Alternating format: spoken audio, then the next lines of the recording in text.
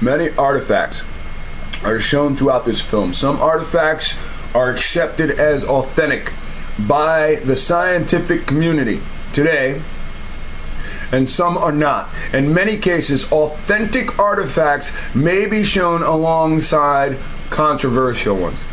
This is done in part to underscore the difficulty in determining the authenticity, and also to illustrate a conflict that exists between mainstream anthropologists and archaeologists, and those who have been termed diffusionists. In 1991, while serving as the director of the Smithsonian's National Museum of American History, historian Roger Kennedy was shocked to learn, for the first time, that massive ancient city remains existed in North America.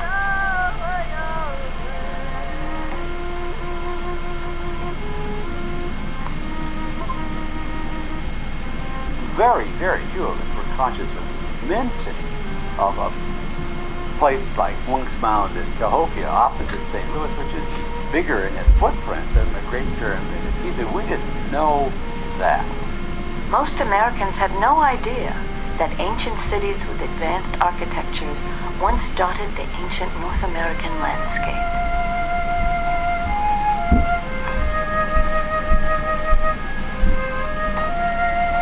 Director Kennedy has since coined a name for such places. What I call hidden cities. I use the term because these were very big places. There were more people, we now know, in Cahokia, across from St. Louis, than there were in London or Rome.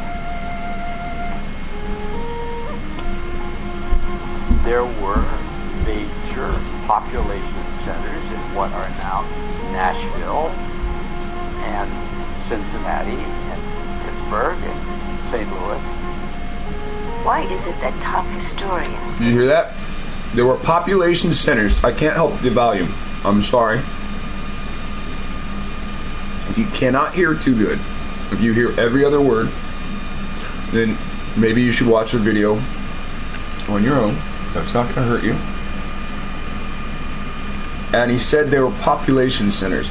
And it's funny because the cities he names today, he's telling you these are where the population centers were. Now when he names these cities, these are today Negro cities. Cities with big Negro populations in them. Let's listen again. Dr. Kennedy has since coined a name for such places. What I call hidden cities. I use the term because these were very big places. There were more people, we now know, in Cahokia, across from St. Louis, than there were in London or Rome. So there's more people across from St. Louis before colonization than there was in Rome. And as he said, even the English that came here as invaders. There were major population centers in what are now Nashville and Cincinnati and Pittsburgh and St. Louis. Nashville, Cincinnati, Pittsburgh, St. Louis all have massive black population. I'm sorry. Excuse me. Afro-Indian populations.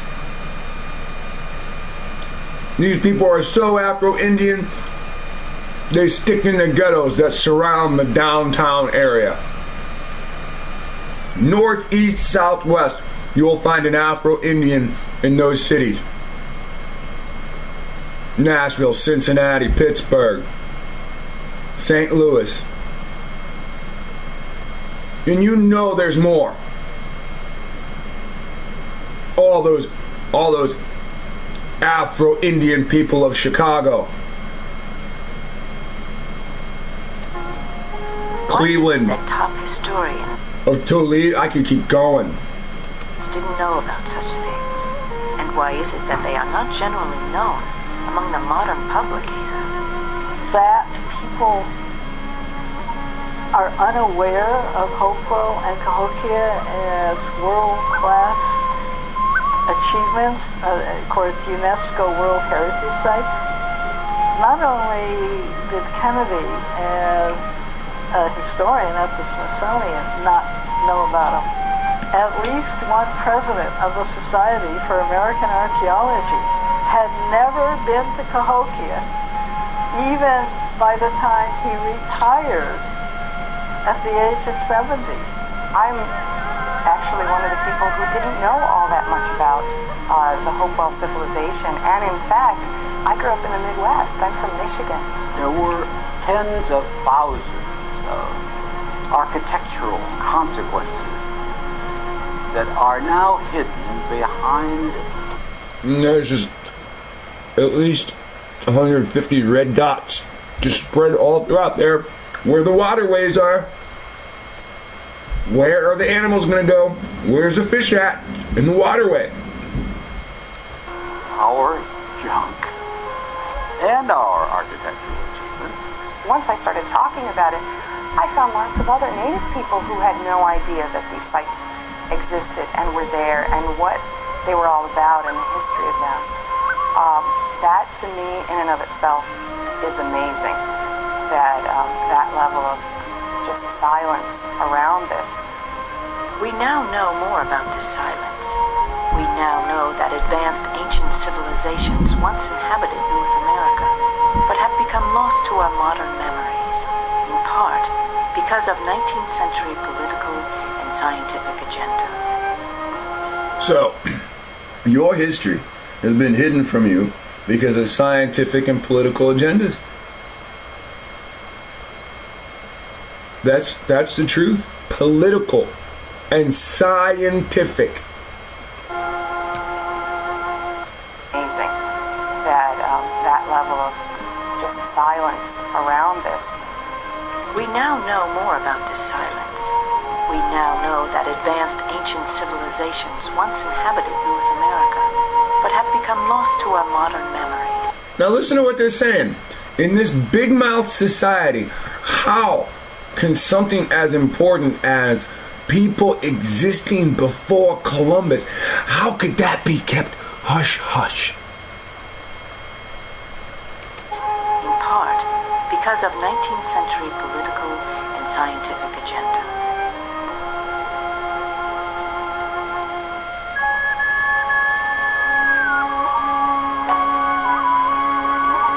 And watch again. I'm going to show you. Guess who introduces himself in this video? I'm telling you, introductions are freaking brief. You don't have to hear the person say hello.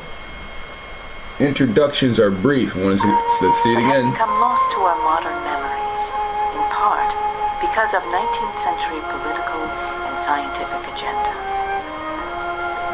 And whose agendas are that? Watch him introduce himself. See, did you see? You had the I, two I's outside, and the V in the middle, right? It's a pretend 7, right? 5 plus I, 1, 1. I'm gonna do it again. Watch this, and then he'll show himself right afterwards. It's no big secret. Lost to our modern memories, in part because of 19th century political and scientific agendas.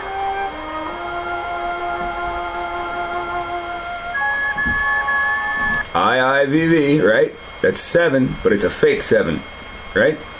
A real 7 would have had 2 I's at the end. It would be VII, right? Watch. 3, 2, 1. Who did this to us? Oh, look, it's the person with the horns. You see the little horns right there? Zoom in a little bit more. He's got this big freaking smile on his face. I did this to you. I did this to you. You want to see it again? I'm not playing around. Look.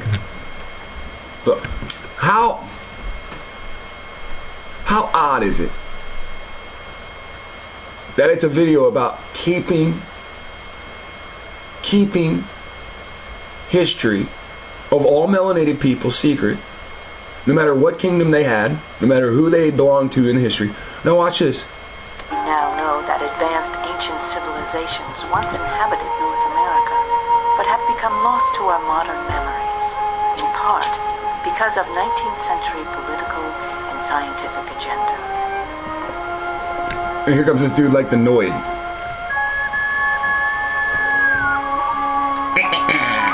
There he is.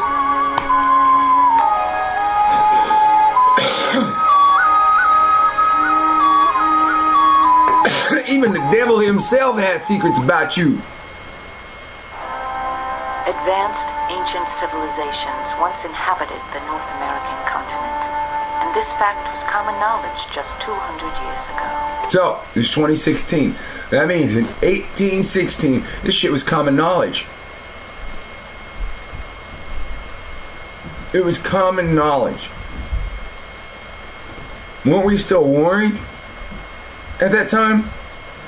Ah, you weren't all enslaved yet. You weren't all brainwashed that you were stolen from Africa. Right? As Europeans moved northward from the Gulf in the 1530s and westward from Virginia after 1607 and westward from Plymouth Rock in 1620, they did learn that the place had been occupied for a long time by other people. George Washington saw major earthworks. The biggest architecture George Washington ever saw was created by Native Americans along the Ohio River. They were viewed by the early settlers, of course. They were so plentiful that it wasn't a surprise to have one on your property. These things were common. Oftentimes, many of them were reduced to nothing because they're used for landfill in a growing. Nothing. Now, if you went over there and you damaged one of their damn statues and shit, 50 of them come out with pitchforks and shit. Now they come, they steal your land, they chop down all your stuff, and then finally, your ancestors' graves, the earthworks, they just, pushed into a fill hole. Fill up a hill. Even out a hill. Early settlers, of course, they were so plentiful that... Look at that. What is it even for? You'll never know, because they don't want you to. It wasn't a surprise to have one on your property. These things were common. Oftentimes, many of them were reduced to nothing because they're used for landfill in a growing village or a town or an upcoming city. Thomas Jefferson was well aware that there were very, very big earthworks in the Ohio Valley, and he became aware, thanks to Lewis and Clark, that there were even bigger ones in the center of the continent around Cahokia and St. Louis. What were these ancient earthworks? Ancient city walls, buildings, roads, burial sites.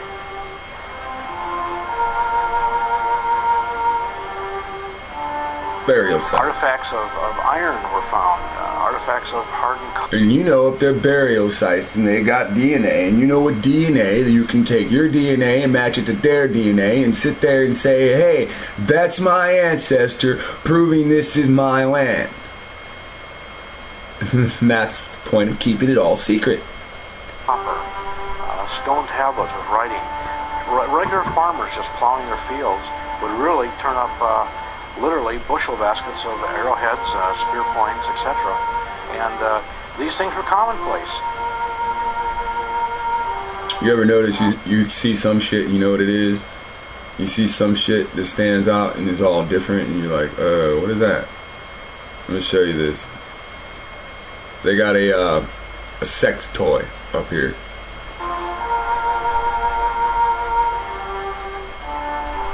Artifacts of iron were found. Artifacts of hardened copper.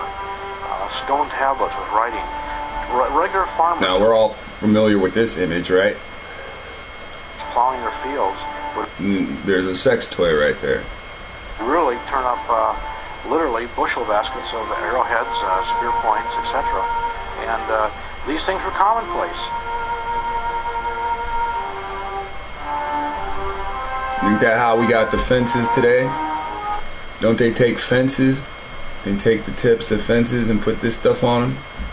Oh, I didn't mean to go back that far. Writing. Regular farmers just plow. It's alright, let's skip The it. mounds that we see and the earthen banks and the ditches, to see them in such a great quantity and number, there had to be a very, very large population here at one time. None of that, virtually none of that, presents itself to us. Yes, in some small park-like enclaves, but downtown St. Louis doesn't have a mound center. Downtown Cincinnati doesn't have a mound center. Downtown Pittsburgh doesn't have a mound center anymore. Marietta is to some extent, Marietta, Ohio, defined by its ancient earthworks, but there's an awful... I live in Ohio. Marietta don't have black people. As far as I know, it doesn't even have like a poor section. Everybody's average there. There's no well, as far as I can tell, there's no wealth there. It's not a popular place here in Ohio. Cleveland, Cincinnati, Columbus, Dayton, Youngstown, Toledo, University of Miami of Ohio, Ohio State. Those places are. Marietta's not popular. There's no black people there. You ever notice how popular places is full of black people? Except for the Hamptons. We used to live there till they took it from us. Spot that defines it subsequently. So the answer to that is, we don't see it. Some who authored the very first publications of the Smithsonian, or the earliest books on North American antiquities, described and illustrated things that would surprise most of us today. Some people, such as Caleb Atwater and Squire and Davis, they believe the artifacts that they were finding around these mounds and cities and earthen structures, that this was representative of an advanced civilization. This is the very first publication of the Smithsonian Institution. This is the work that Squire and Davis were able to complete in the late 1830s to the early 1830s. Listen close. This is the 1830s. All right, the thing that we learned about recently was from the 1890s. When we deal with Powell blocking our heritage, that's in 1890. Now these are the books from the 1830s from the Smithsonian. Same place. And cities and earthen structures, that this was representative of an advanced civilization. This is the very first publication of the Smithsonian Institution. This is the work that Squire and Davis were able very first publication to complete in the late 1830s to the early 1840s in what's called the Ohio Territory, which primarily worked in the state of Ohio, showing the monuments and the vast cities and the greatness that they must have had.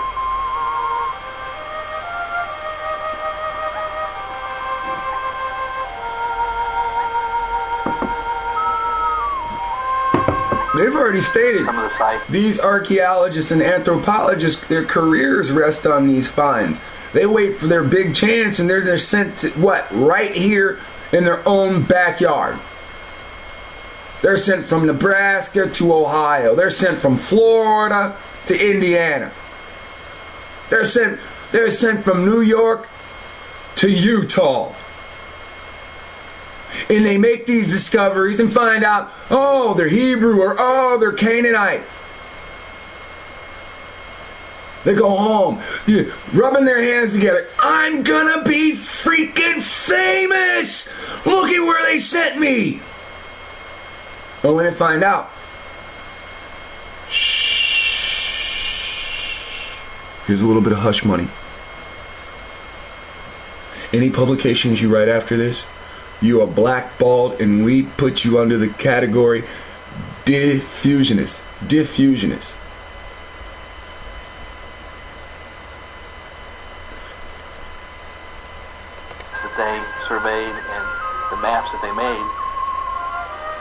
because our only knowledge of these sites even existed now because they were destroyed or they were intruded upon and their original configurations were greatly altered.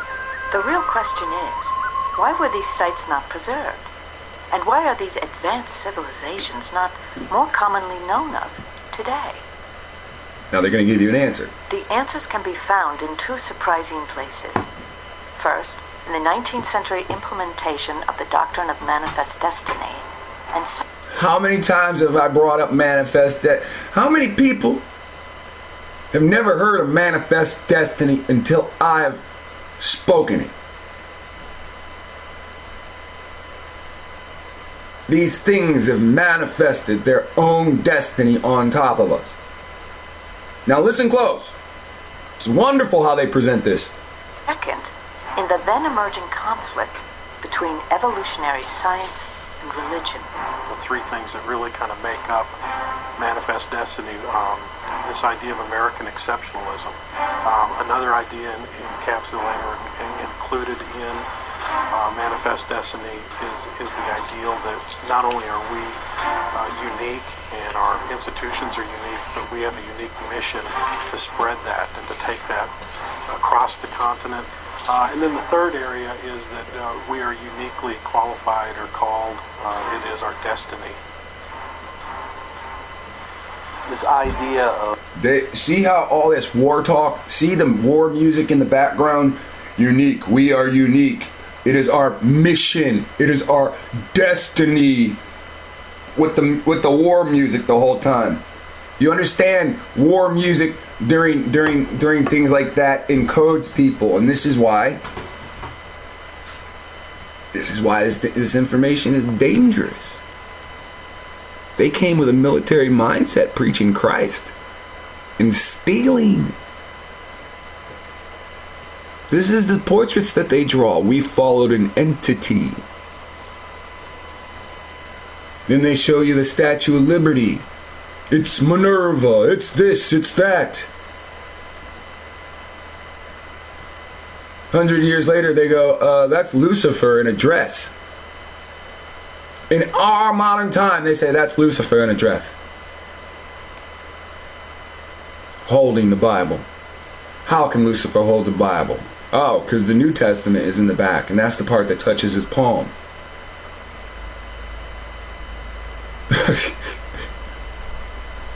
To spread that and to take that across the continent. And then the third area is that we are uniquely qualified or called. It is our destiny. This idea of the different races not only having separate creations, but perhaps they also had different capabilities. That's where that played into it. So they promoted ideas that there are separate creations.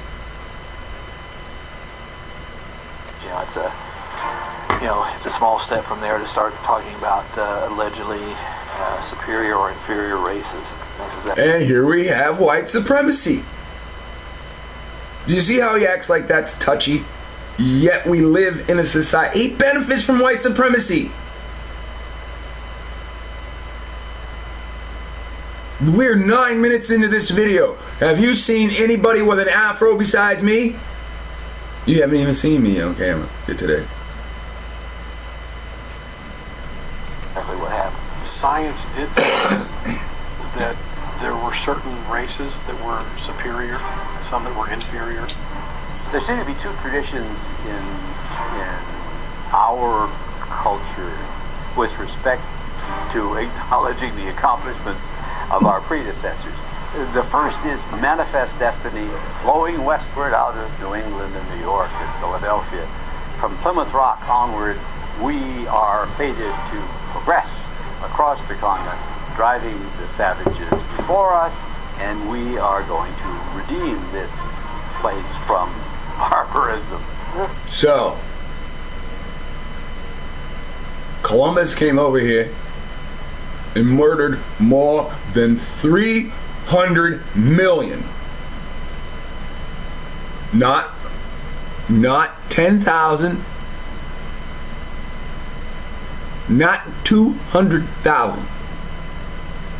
Not 1,500,000.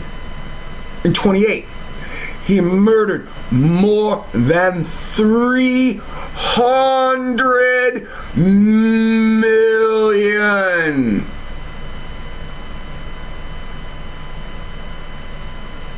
And these people tell themselves they rescued the promised land from savages and barbarism. Like, understand, if 10% of the tribes that were here, you know, Kevin Costner, 500 nations, right? 10%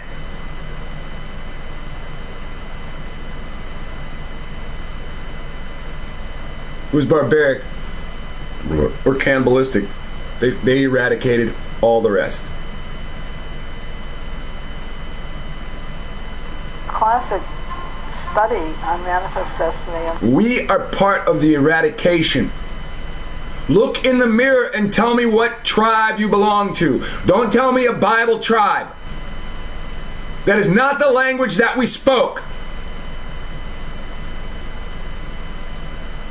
Look in the mirror and tell me what Aboriginal tribe you belong to.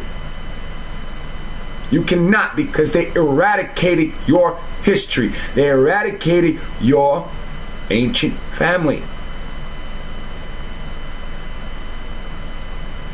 They did it to steal the land from you.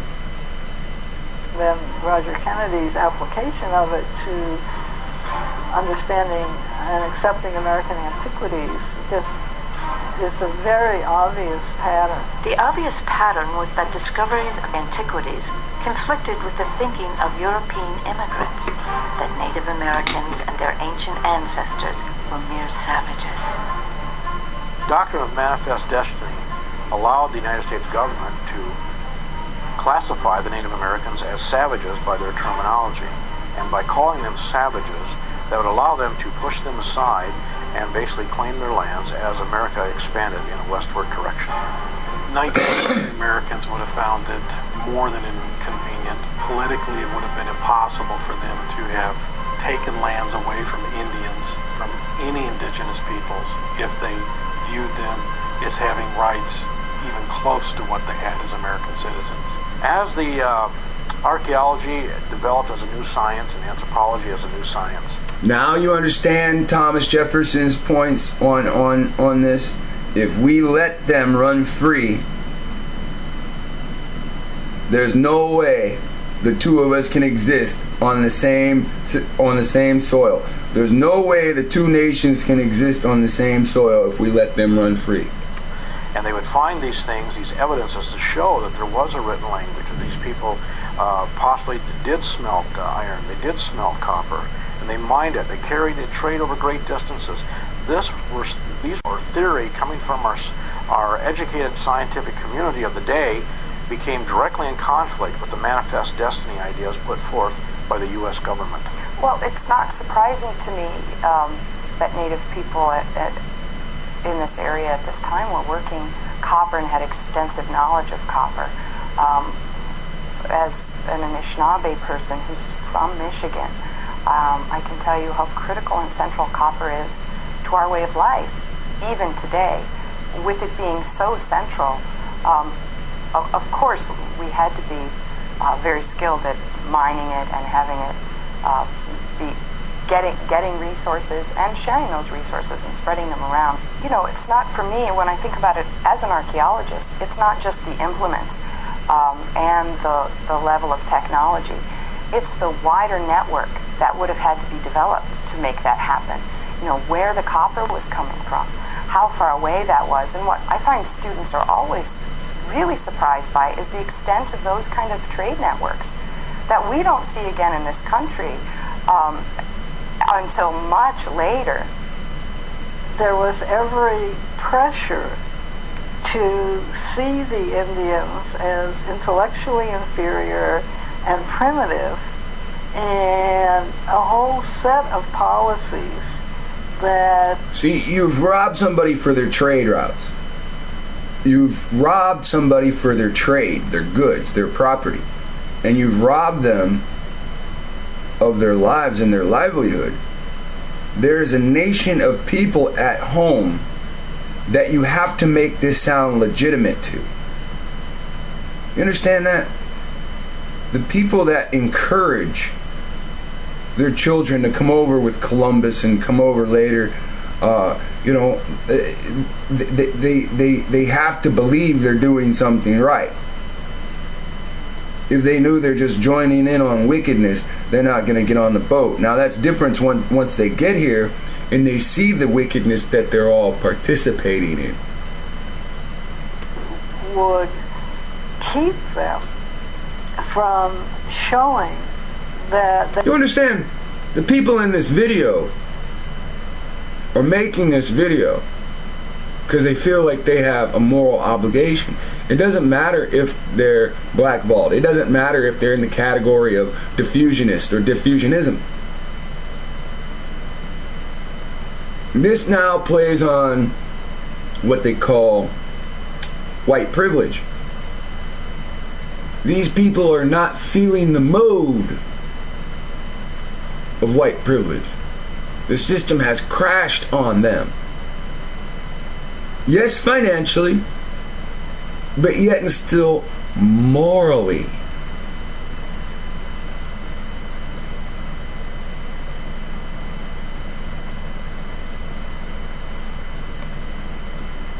Was intellectually inferior and primitive, and a whole set of policies that would keep them from showing that they were as intelligent and could do as well on their own if they had access to capital, if they weren't excluded from the opportunities of other Americans. You hear that? If you were not marginalized, they already knew you would get ahead. You hear that? Now you gotta listen close. Listen, you are the people that built pyramids and they know it. If you are not pushed aside, if they do not hold you back, if they do not put a leash on you to prevent you from excelling, you will excel. And they know it. This isn't even a God thing. This isn't even a you being child of God or anything like that. I'm talking to the average person.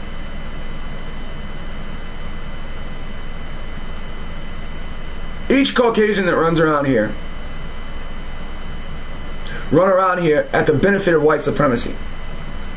If they see you who run around with the anchor of white supremacy holding you back, if they see you excel,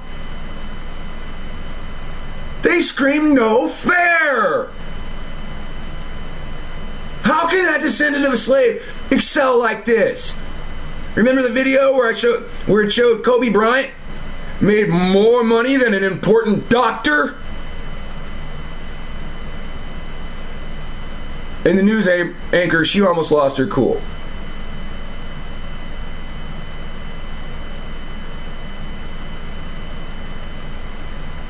With the world set against you, if you're able to excel, it shows the hole in white supremacy.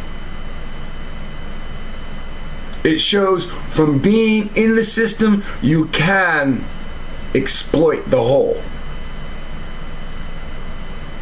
But is it worth it? You lose your soul. You lose yourself doing so.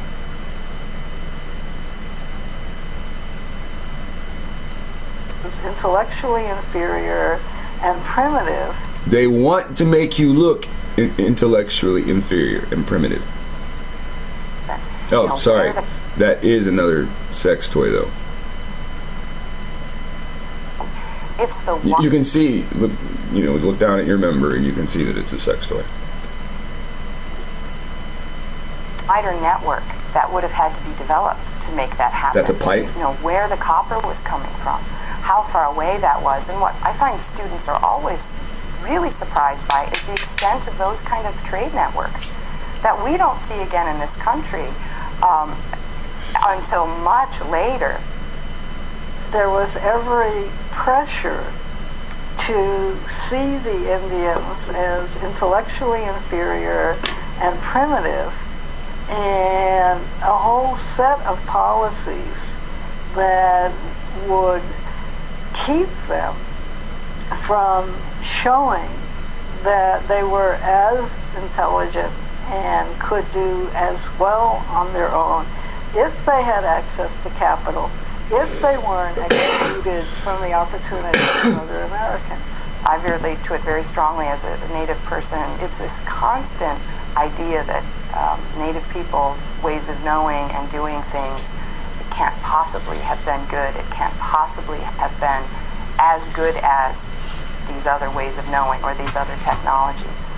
Thankfully, not everyone was persuaded by this interpretation of the doctrine of manifest destiny. From the very onset, both Catholics and Protestants and non-religious people and Jews, actually, from the very beginning, emphasized the probability that other people had been here before us, that we had to enter into a respectful relationship with them if we were going to learn anything and survive. Indeed, our survival depended upon them. Sadly, this way of thinking conflicted with prevailing attitudes about Native Americans. No, it didn't. They learned what they needed to survive, and then they felt like they could upgrade the land by eradicating the people that own the land. How do these people exist and they couldn't farm? Why did these Indians need to teach all these people, this influx of people, how to farm? You don't get it, do you? Most of them had been cursed, which forced them to live off the sea or live off the animals. And when they came here, all this soil didn't mean shit to them. All the animals did, and all the waterways where they could get the fish and eat the meat. That's what they cared about. Yes, they wanted to build forts and stuff to be able to defend themselves in a garrison. You seriously, the most important thing to wonder, to ask, why did these Aboriginal people need to teach them to farm? Need to teach them how to plant shit in the dirt? Everybody done learned how to plant shit in the dirt since the time of Adam. Did they take a few minutes and not meet any humans during the time that they came to Earth? Did they go into a cave and lick salt for years and then come out and just not know how to feed themselves anymore? Why was it necessary to teach them how to farm 4,000 years, 5,000 years into man being on Earth?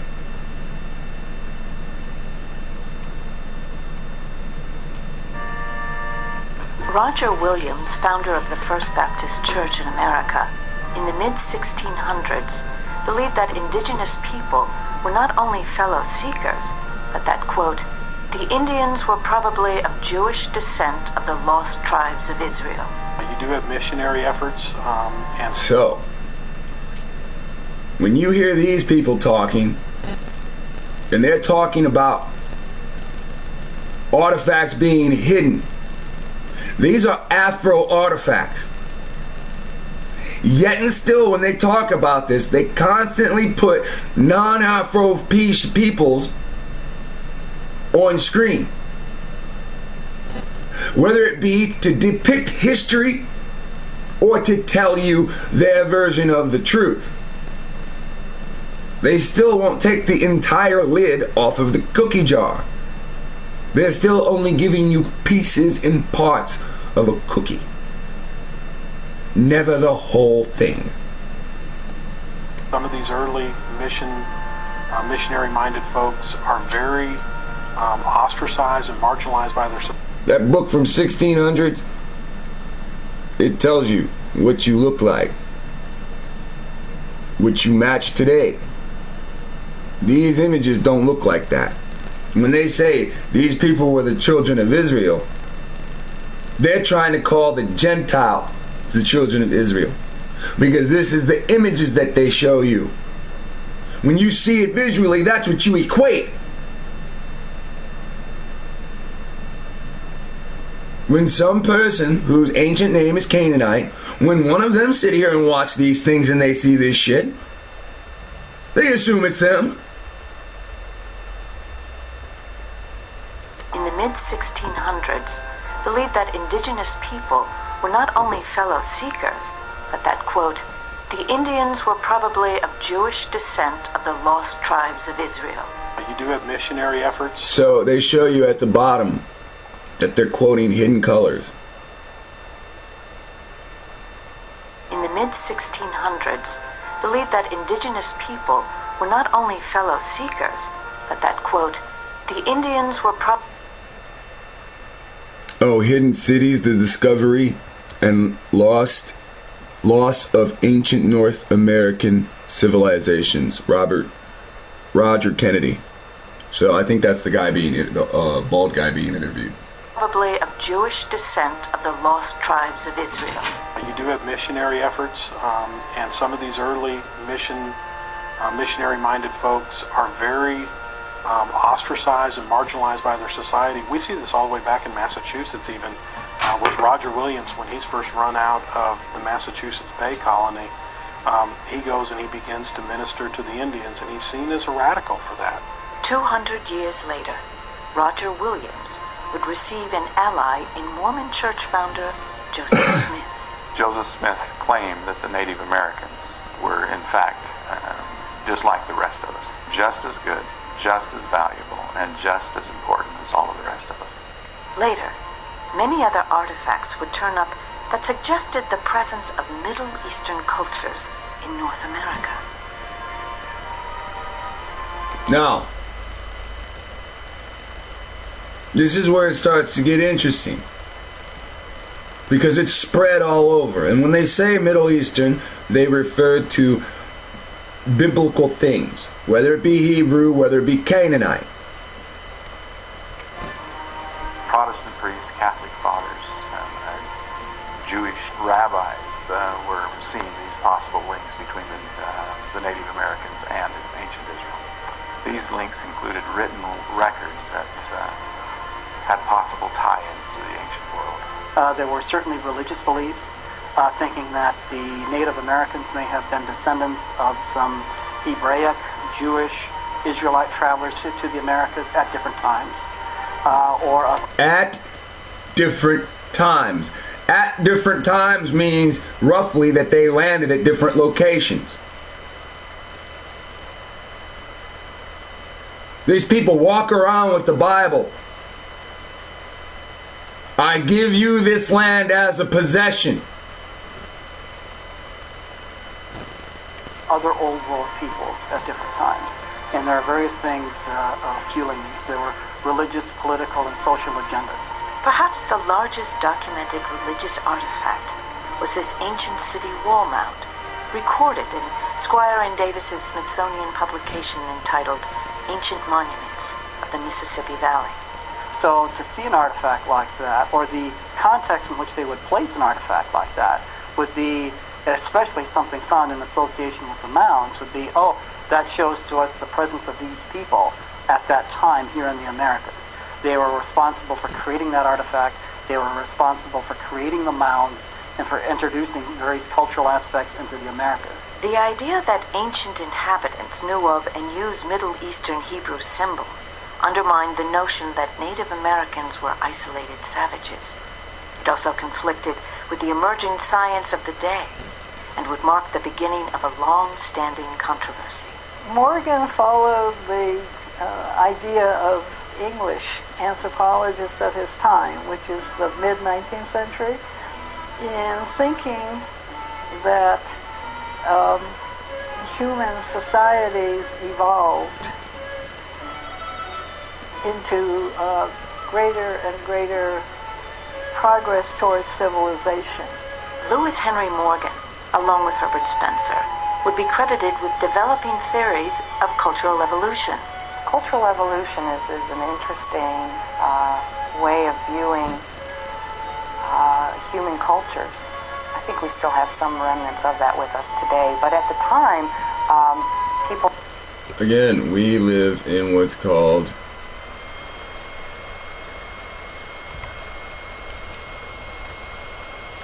cultural hegemony. So there's many ways to pronounce this shit. You know, because it's just syllables in the accent that you bring off of the syllables. But basically, domination of a culturally diverse Babylon, right? But Babylon existed, so it's the daughter of Babylon, of a culturally diverse society. We got different types of people here. We already had different types of people here before these invaders came to set up a ruling class. Or to set up or to spread out their existing ruling class. Who manipulate the culture of that society. The beliefs, books, TV. What are good books? These are good authors. These are bad authors. These are school books. This is what your children should know throughout society. The ruling class who manipulate beliefs, explanations, perceptions, values, mores. So that their ruling class worldview, how the world views them because of their Christian values.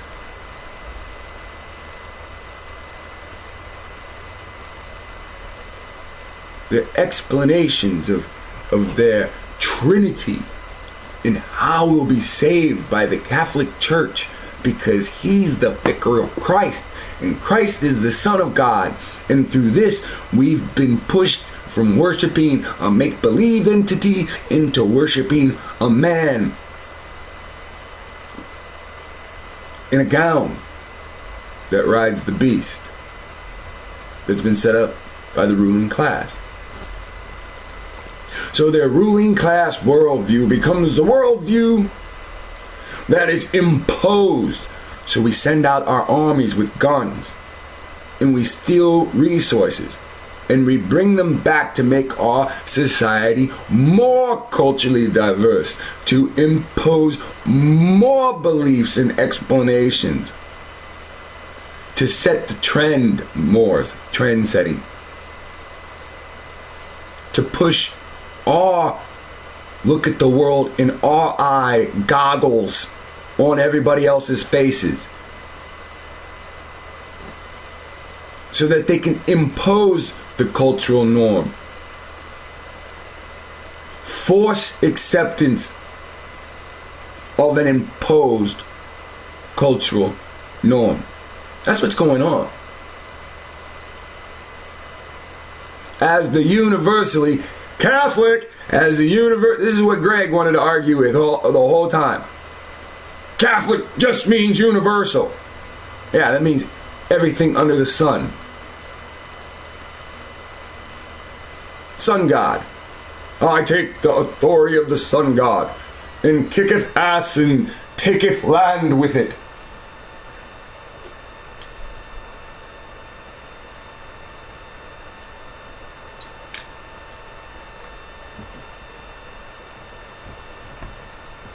As a universally valid, dominant ideas.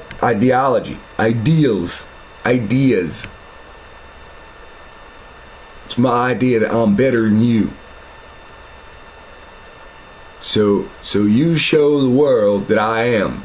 Bow to me. That justifies the social, political, and economic status quo. Moore's status quo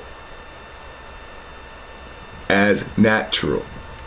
See, it means making society as a scripted TV show, and then when it's filmed by the news, the rest of the world thinks it's natural.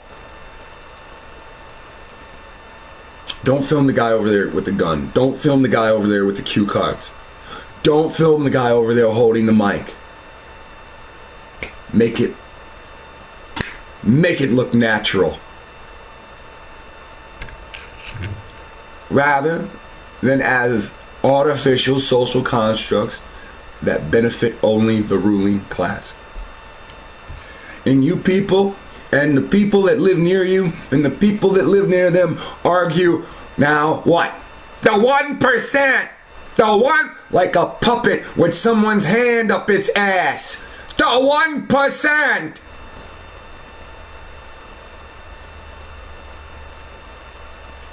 It's the system! It's not 1%. It's white supremacy that does it all. And you fail to understand it because you allow yourselves to be called black. When you hear this, when you go out into the streets, you're going to let somebody call you black. When you fill out forms, you're going to check mark the box that says black. You allow this.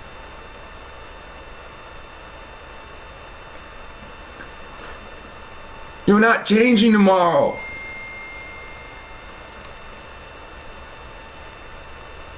You say to everybody, I'm an Israelite. You don't hit the check mark other and then write Israel in there. You don't write Isaac, Rachel, children, Israel.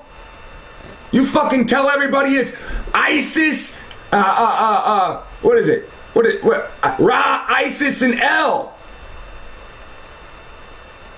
It's Isaac and Rachel.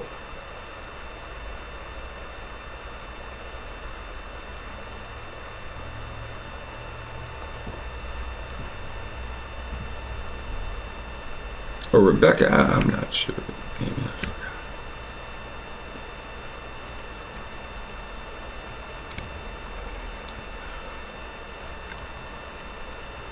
Strongly believed that this was how societies came to be, that there was one way to get to the kind of pinnacle of being a human, or the most evolved human. You go through different phases.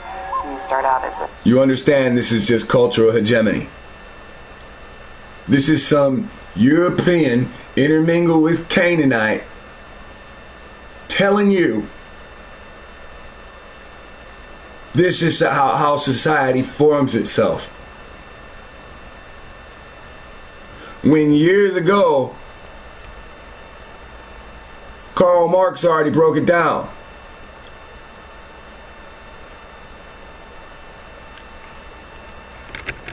And this is his buddy, the communist intellectual Antonio Gramsci. Developed the theory of cultural hegemony to further the establishment of a working class worldview, to put people out of the forest into the cities. Working class. You build shit in the cities. You live out in the forest. It was to get everybody out of the forest. A savage, you then learn and experience things through your environment. You work with your technology increases, you become somehow more advanced and move through the stage of barbarism, and then eventually you reach the pinnacle of being an evolved human, which is civilization. Morgan's theories of cultural evolution labeled Indians as savages and some religious people as barbaric. That was very racist, but was accepted by just about all the leading intellectuals. If Morgan influenced the leading intellectuals of the day... See, it is very racist. They're controlling government. They're influencing government officials.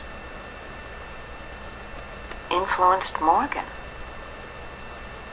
Contemporary Presbyterian preacher Charles Finney wrote this, quote, outcomes of enthusiastic religion in Western New York feed into the formation of ethnological conceptions for Morgan, unquote. One such outcome was the publication of the Book of Mormon, professed to be translated from the ancient record found in upstate New York. Smith claimed that this record had been written in a reformed Egyptian language. Morgan's ethnological conceptions would become the extreme opposite. Natives were not as evolved as those from the Old World. Morgan biographer Leslie A. White would sum up Morgan's views of religion. Quote, "If you were for theology, you were against science, and Morgan was definitely for science." Unquote. Some modern historians believe that too much has been made of the 19th century conflict between religion and science. The reality of the ancient American past got caught up to some extent in that set of bickers. The simple-minded controversy between science and religion has contaminated, distorted, and diverted both religion and science. But people living at the time recognized a huge conflict between science and religion. In 1883, minister and scientist Dr. Stephen Peet, who was a member of 10 Here's the problem. If archaeologists and anthropologists are scientists, science is ignoring the ancient world that they have destroyed, that we live on top of. Religion at that time was pushing for science to analyze its own material. Again, if anthropology is a field of science, then they should study these bones and broadcast the truth, print the truth. See, that's the disarray that's happening. That's the conflict of interest. It's not as if religion is arguing the distance to the sun. They're arguing that there are dead bones here, study them because we think they're from our religious books that we took from other people hundreds of years ago. Theological organizations published one of the most thorough books on the mounds. He claimed that anthropology had become the battleground for all of the conflicts of thought now going on between revelation and nationalism, faith and skepticism. See, now this is a great point. Now, I'm sorry I didn't let the quote get out first. But see, anthropology, again, is a science. It's supposed to be cold, hard fact. Not picking and choosing what you ignore. Religion is picking and choosing what you ignore. You see the opposites here. Complete opposite. A scientific field that's acting like it's a religion, and a religion that has to act like it's a scientific field. All to hide you. That's what they did. Who was a member of 10 archaeological organizations, published one of the most thorough books on the mounds. He claimed that anthropology had become the battleground for all of the conflicts of thought now going on between revelation and nationalism, faith and skepticism, creation and evolution, etc. Etc. means Another white versus Thomas black. Troutman would write that Morgan felt, quote, "the monolith of religion must be abandoned," unquote. Morgan's new scientific ideas were shared by fellow New Yorkers E.G. Squire and John Wesley Powell, who would both become highly influential in science and in manifest destiny. Coincidentally, both Powell and Squire's fathers were Methodist ministers in 1830 in Palmyra, New York, and were likely part of the enthusiastic religious climate at the time. Squire is very interesting. On the one hand, he early in his career, at the time when he's out here surveying and excavating mounds with his partner Edwin Hamilton Davis, he actually defended the intellectual capability of Native Americans. At that point in time, he actually argued that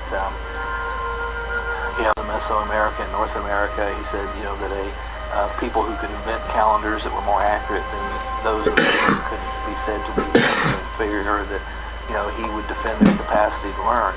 A little bit later in his career, once he had became kind of an agent of, just during his diplomatic career, he was a U.S. diplomat to Nicaragua, and he then is kind of an agent for American expansion. At that point in time, he's starting to talk about what he thought were these immutable scientific laws, that there were immutable scientific laws that explained the relationship between the races just as there were. So he's beginning to internalize more of this polygenist thought later on, but he sees it having application, so it's kind of polygenist thought. The justification for American expansion. Thus his role as an advocate for the United States expansion seemed to alter his views of the intellectual capacities of Native Americans. Powell, who also embraced these views of Native Americans and the underlying evolutionary ideas, would become one of the most powerful men in American scientific community. He started the Bureau of Geological Surveys for the U.S. government, and then a spin-off from that was the Bureau of American Ethnology, the anthropology. So, these people work with the mindset of hunting, and he started studying rock formations. Rock formations lead to something's home, whether it be animal or human. So this led to the Bureau of Ethnology. So he starts chronicalizing the 500 nations, right? I mean, at one point Powell writes, we have to start chronicalizing them, or it'll be too late to remember any of them.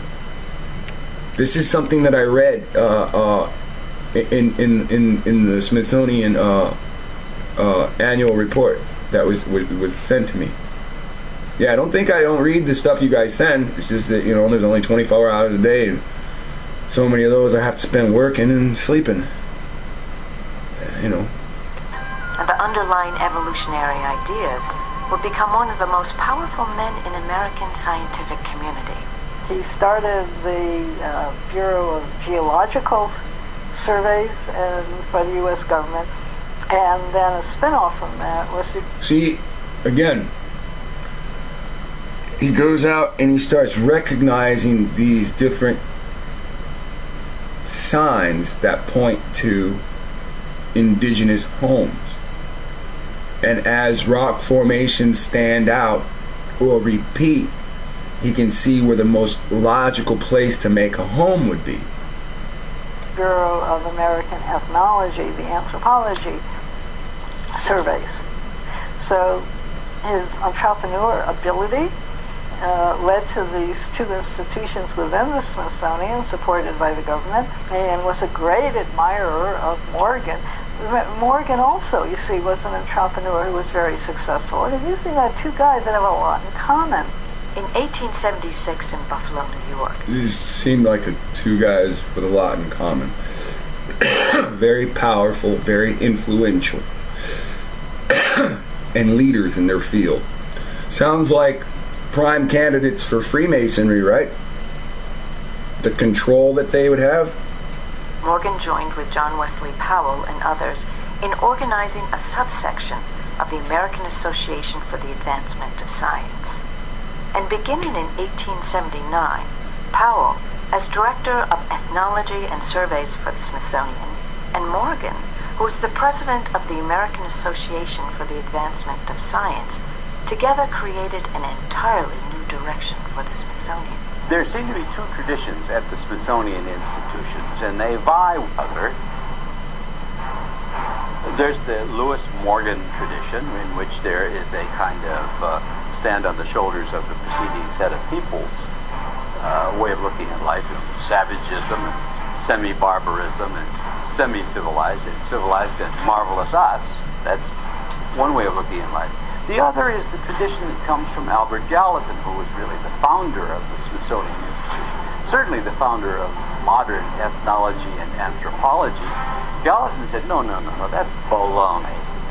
He called it racism. So there are two traditions. One's linear, and the other is, if not cyclical, respectful. Now, we got to stop that for a second.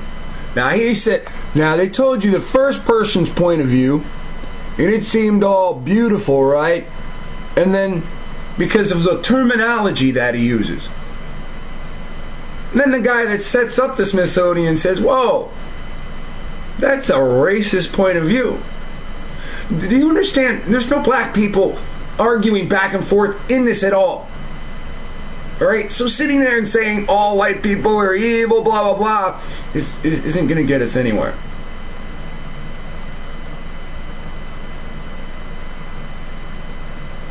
What you're not realizing is once you separate from them, the good ones and the bad ones that desire you are going to come. Even though we're leaving Babylon, we're kind of making our own Babylon. We can't tell if every black person is black. We can't tell if each person that calls himself black is Hebrew.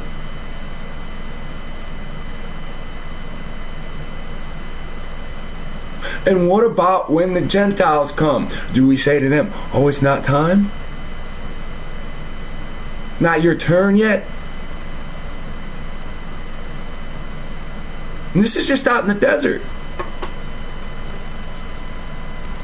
Looking at life, savagism and semi-barbarism and semi-civilized and civilized and marvelous us.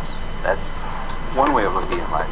The other is the tradition that comes from Albert Gallatin, who was really the founder of the Smithsonian Institution, certainly the founder of modern ethnology and anthropology. Gallatin said, no, that's baloney. Let's go back Association to for here. the Advancement of Science. And beginning in 1879, Powell, as Director of Ethnology and Surveys for the Smithsonian, and Morgan, who was the President of the American Association for the Advancement of Science, together created an entirely new direction for the Smithsonian. There seem to be two traditions at the Smithsonian institutions, and they vie with other. There's the Lewis Morgan tradition, in which there is a kind of stand on the shoulders of the preceding set of peoples. So, stand on the shoulder of the people. That's the Morgan perception. Morgan runs science. Right? And this, as running science, this is what he says. Stand on the shoulders of other peoples. See, this guy just sits back and thinks, how the hell is he going to go out and chop wood? He sits back and thinks all day. Of course, his theory behind everything is, if I'm going to be able to sit here and make a living doing nothing but thinking, maybe writing, then somebody's got to feed me. So, as this, I can't remember his name, this guy. I think this is Kennedy. Oh yeah, Roger Kennedy. So, his book we examined, they examined in the beginning of the video. Entirely new direction for the Smithsonian. There seem to be two traditions at the Smithsonian institutions, and they vie with other. So, okay, like, look, let's go back to this picture one more time. This is Powell, who they're not talking about right now at all. And this is Morgan. They're of the same mindset. They're obviously of the same Masonic group. It'd be foolish for us to not think so. Entirely new direction for the Smithsonian.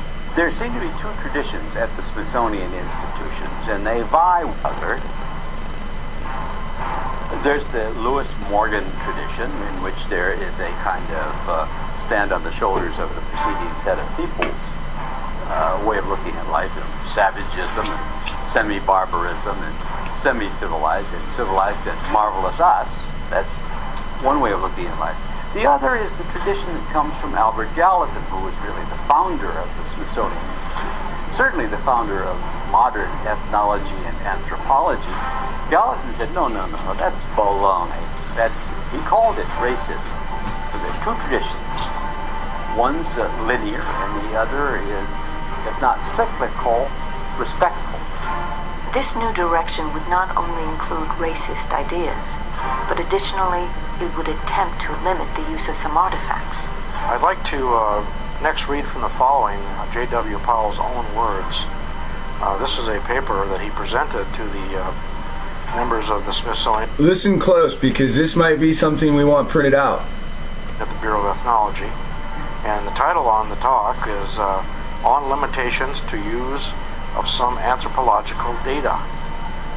And it's pages 73 through 86 of the 1879 and 1880 book that was published in the Smithsonian. So pages 79 through 86 is what we're looking for. And the quote is as follows. Hence, it will be seen that it is illegitimate to use any pictographic matter of a date anterior to the discovery of the continent by Columbus for historic purposes. Do not use any pictographic data? That means don't use any pictures. In the Smithsonian. And the quote is as follows. Hence, it will be seen that it is illegitimate to use any pictographic matter of a date anterior to the discovery of the continent by Columbus for historic purposes. Native Americans, even today, suffer from this policy, which effectively meant that Native Americans have no history. You only have history if it's something written down. If you have an oral tradition, that doesn't count as history. Part of the legitimating the conquest and dispossession and subordination of American First Nations is to disrespect their alternative ways of life, and that would include their systems of recording information. Many believe that the Native Americans had no written record prior to Christopher Columbus. This would make it prehistory, but nothing could be further from the truth. What you learn through ceremony has been taught and preserved on birch bark scrolls. Not like English is written in words, but there are pictographs that have been compared. This is kind of silly. I mean, they're running around with the Hebrew Bible, you know, knowing when they get here, when they arrive, Hebrews are here. Knowing from their own history different waves or different migrations. And this is hidden on purpose.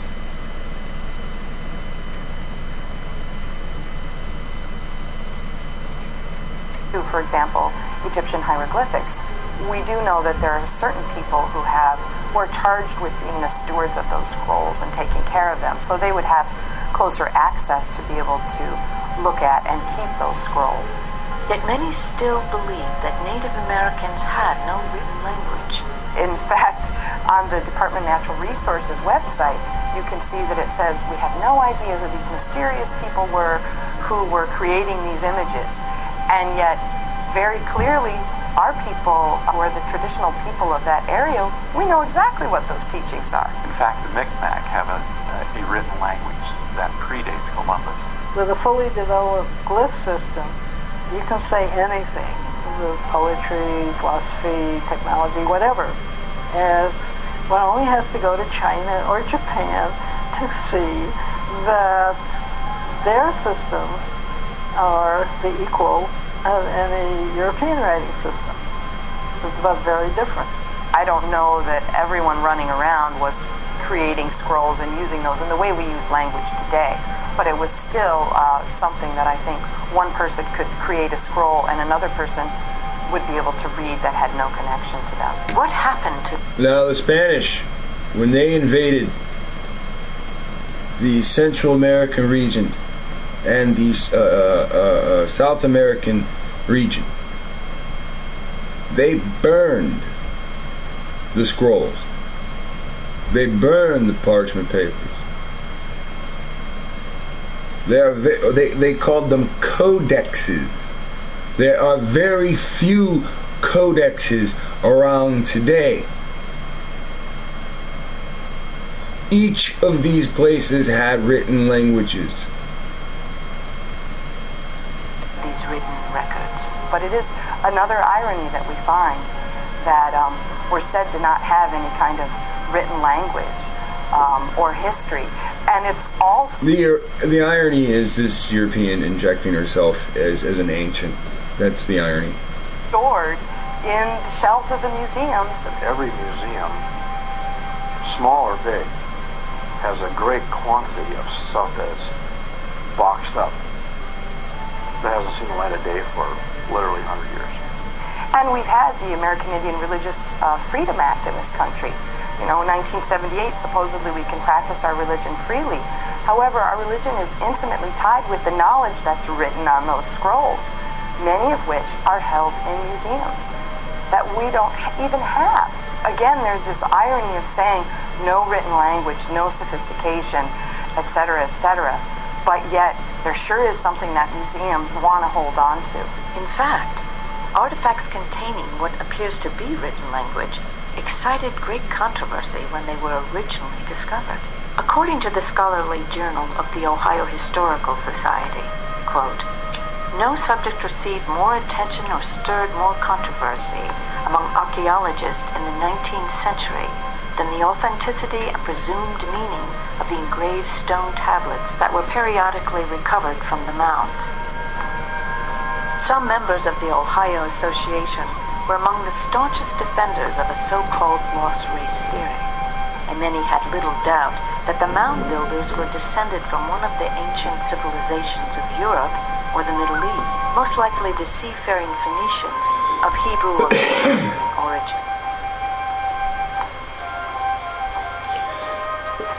Was the scientific... Now we know that the Moors, which are Canaanite, and Afro, we know that they are mound builders.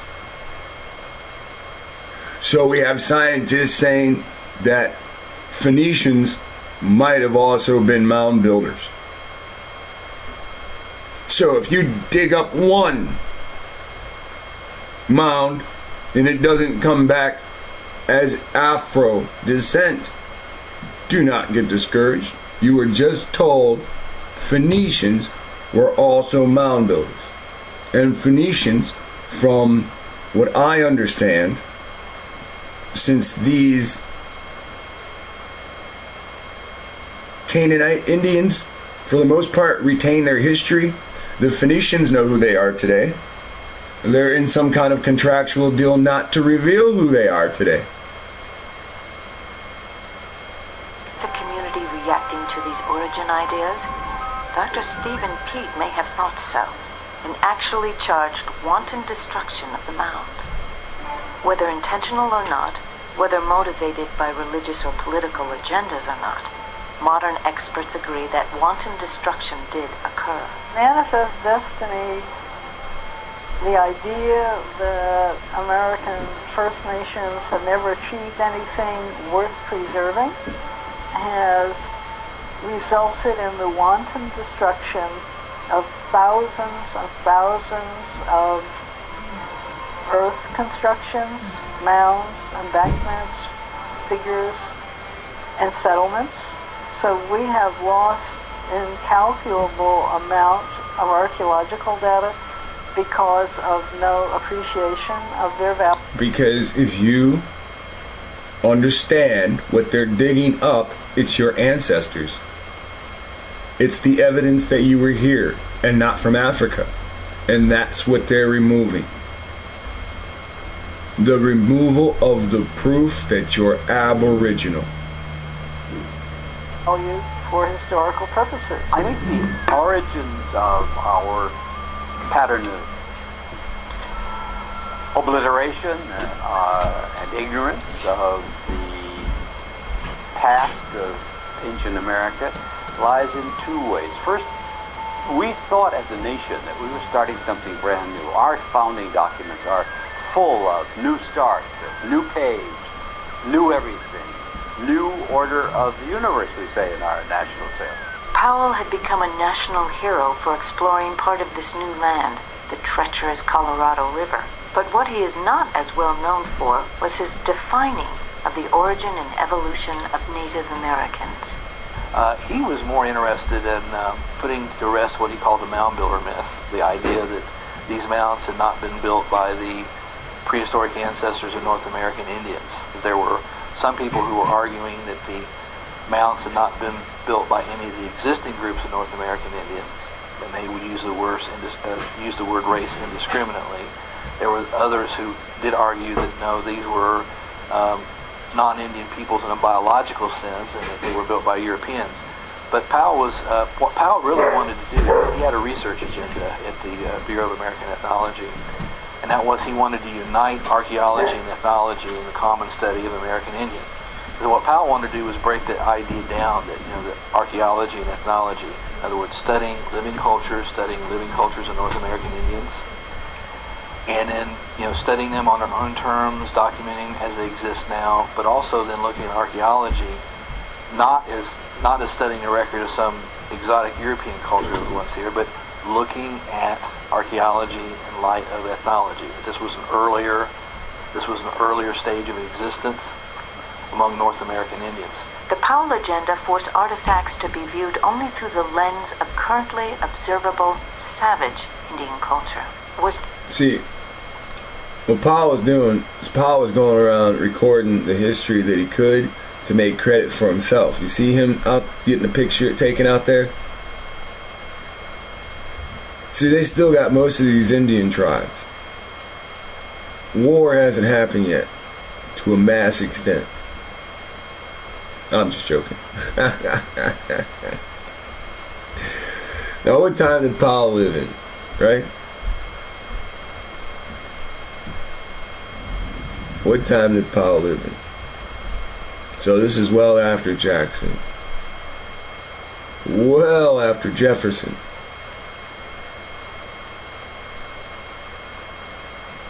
So during the time Powell's running around,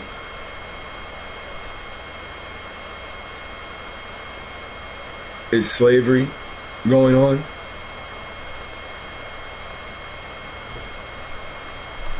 Is this an artificial barrier to science? We would say that's bad science, where you want to discount information because it kind of doesn't fit what you think you see.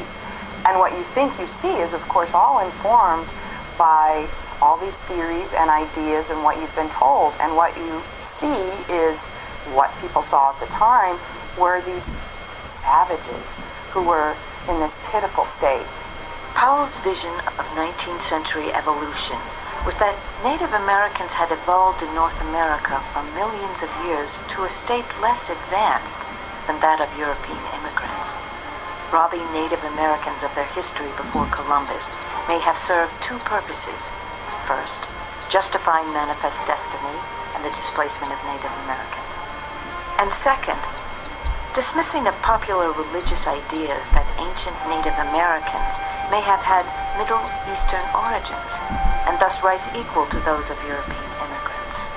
Powell wrote, "Whether we desire it or not, the ancient inhabitants of this country must be lost, and we may comfort ourselves in the reflection that they are not destroyed, but are gradually absorbed and become part of a more civilized community." So when that's what your framework... So now you understand what's going on with this, right? About absorbing them. Is. Of course, then, it makes sense in a way, as troubling as it is, and the racism, really, that we're talking about is so deep there. It does make sense that that's your worldview. That's what you've been told. So none of this data fits. Rather than looking all of the data and trying to determine what story can we put together, what can we understand from this data, I think that's what happened. I think very clearly people were willing to discount things that didn't fit what they could see, which was Native people in this, pitiful, savage, wild state as they were viewed by Europeans. Thankfully, some artifacts in ancient cities yet remain, such as these once city walls, intentionally preserved as mounds in a golf course in Newark, Ohio. I'm standing here at the parallel walls that connect the gigantic octagon with a large circle. The circle is 1,054 feet in diameter. The octagon encloses 50 acres, which is large enough to encompass 4 Roman Colosseums. This was built by the ancient Hopewell culture that lived in this region between about 100 BC and AD 400. The level of precision, it is incredible. The entire Newark earthworks encompasses 4.5 square miles, and it was the largest complex of geometric earthworks ever built in the world. It includes 2 circles, a gigantic octagon, a square. It actually, what we call the Hopewell culture, things like it at least, and things related to it, covered much of eastern North America in different parts. As far south as Florida, as far west as Kansas City, as far east as perhaps New York. They had to be incredibly sophisticated to be able to build these mounds perfectly, in unison to an octagon shape and a circular shape. It's clear that they rival, by any scale, any other cultural achievement in the world. The Great Pyramids, the Great Wall of China, the Roman Colosseum. I'm not that surprised by it. There's so many other things that we see when we start learning about and looking into native culture that I think people on the surface may be surprised, because they tend to think of Indian people as anti-intellectual or, non-scientific, or somehow, living in the backwoods and not knowledgeable about things like that. So, Powell lives 1834 to 1902. Alright? This old fat-ass wizard. Knowledge embedded in these earthworks and encoded in their structure is anything but primitive. It's remarkable. It also shows that not just high math, but these sites are lined up primarily with the lunar calendar. They had high math, they understood geometry, and because of the lunar calendar, they also understood the heavens, astronomy.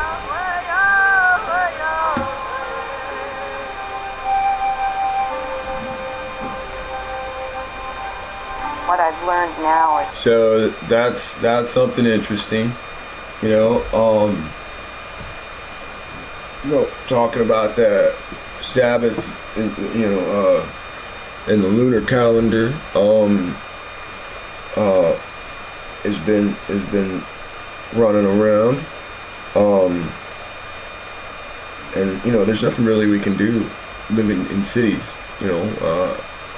Every night the moon's blocked by some other building, but it is something we can do. We can study all of this uninterrupted, with no buildings around us. Just how amazing they were in terms of their knowledge of the solar system and of mathematics. And then they had a unit of measurement was 606, which they call the stade. One side of the Great Pyramid from the base to the tip of the apex is 606 feet. If you square inside the octagon, which the surveyors like to call, it's a term they use, squaring the circle, and you divide that up into 4 equal parts inside of cubes, you'll find those cubes are all made of 606-foot lines per cube side. The angle of the Great Pyramid of Egypt runs 51.8 degrees up the slope from the base to the angle. That measurement is there, and when you come off of the baseline at Newark and you run true north and then measure that angle back to the baseline, what do we find? 51.8 degrees. So did they have the same math as the ancient Egyptians? Well, I gotta say, yeah, it sure looks like it. Okay, so on a mathematical level, since people fought and died for what they call sacred geometry, when they defeated a kingdom, they tore down the bricks of the kingdom and re-engineered those bricks either to a new shape or to the shape that they stole them in or won them in, or however you look at that. Alright, so does mathematics leave a signature? Now, a signature is already proven that you have a language. all these mathematicians show you that Newark, Hopewell City, and Giza Pyramid match up mathematically. Is that not the architect or the family of architects signing their name?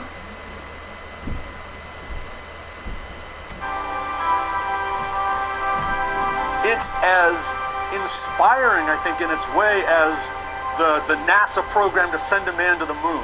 And what a special place it is. You feel that right away. You feel it immediately when you're there. I was in a kind of strange position because I was on a job interview when they took me to the site, and I was literally just from the presence of the place moved to tears and felt kind of uncomfortable as a person in a job interview, but yet having these strong emotional feelings and some connection to this place and the history that was there. And it just occurred to me, how could this be?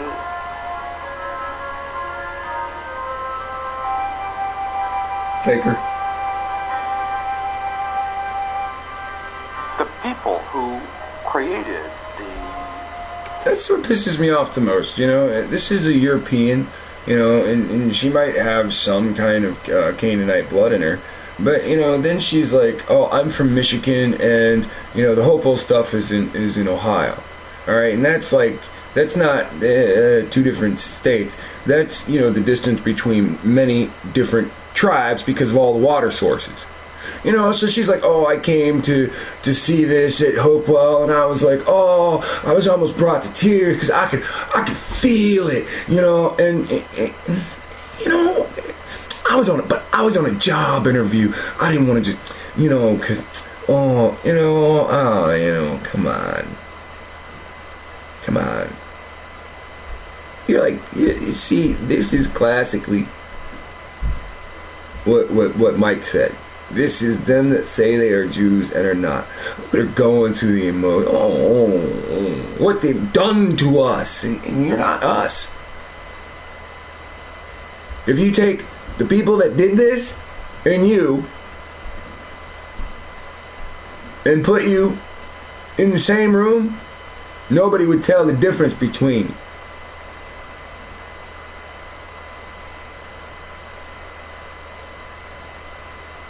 Nobody.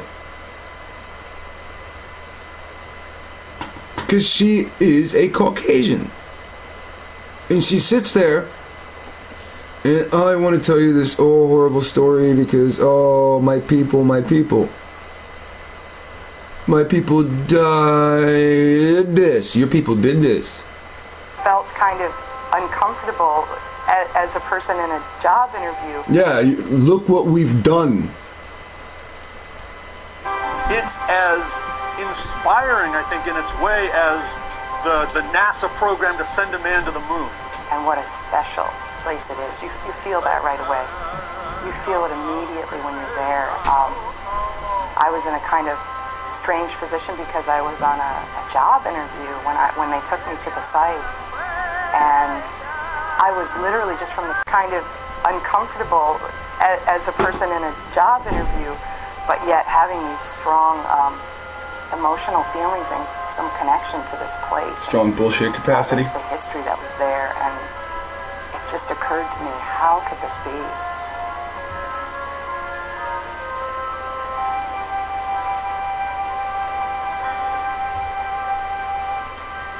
The people who created the settled places, the agriculture, the urban design, the engineering, and the astronomy that preceded us, preceded we European Americans, are not quite us.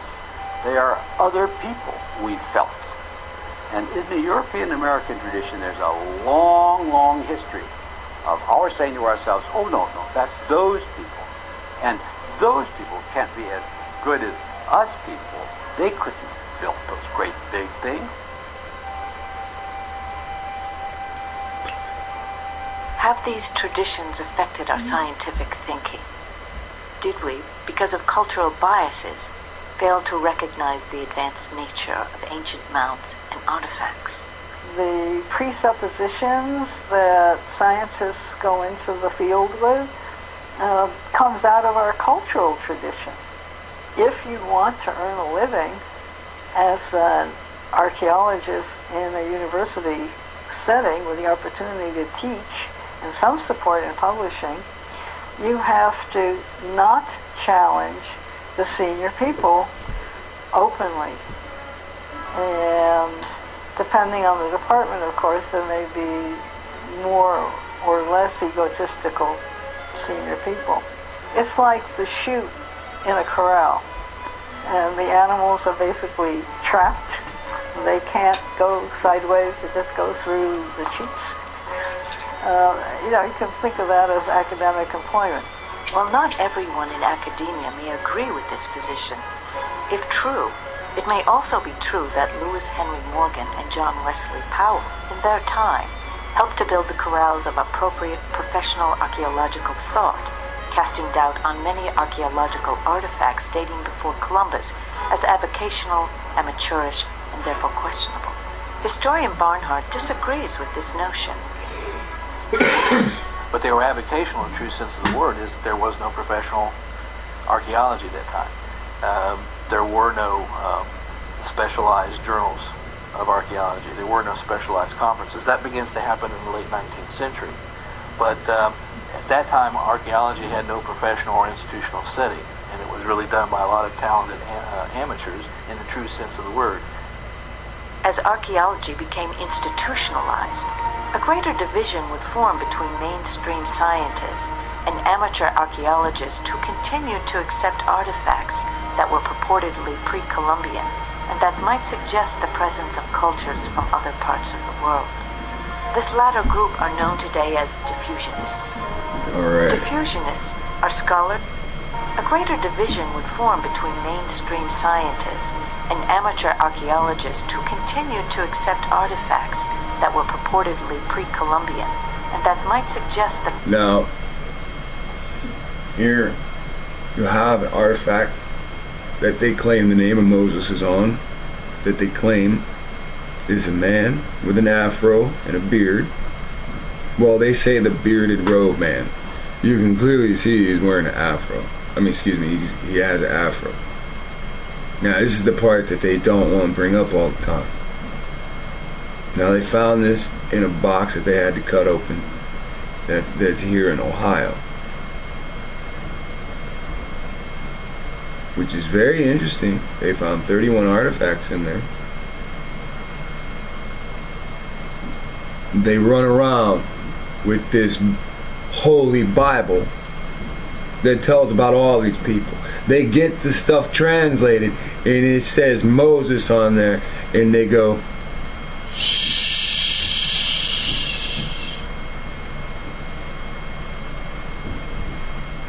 why? Because he's got an afro.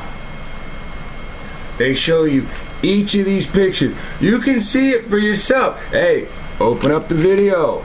Ancient American History, Explanation Point by O. Miller. 42 minutes flat. 42 minutes flat. Beard and afro. It don't matter what anybody else say. It don't matter what pictures they paint about this or that culture claiming that they're Hebrew or anything else. The people that wrote in Hebrew made an image. You know, I know that they weren't supposed to, but they did. And that right there is an image of a nigga. Now I'm tired of all this shit. That image alone solidifies the promise that's in Deuteronomy 34 unto the land that's in Utah.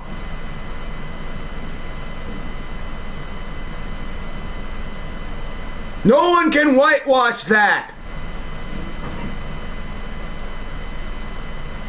That's why it's hidden.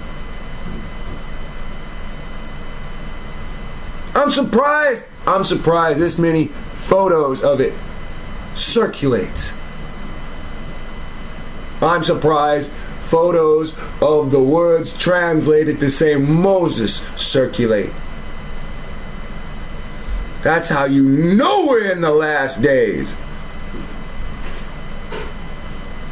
All information has been brought free. You get to find anything you want for free. This video was made in June last year. These images been circulating since they done dug this up.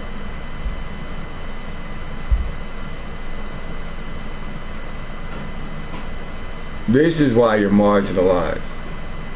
This solidifies the Bible that the Christians run around slaughtering people with to show exactly where the promised land is and the image of whom it was given to. That is not to say we're the original people of the land. Aboriginal means A plus B equals original, or Nova original, or new original.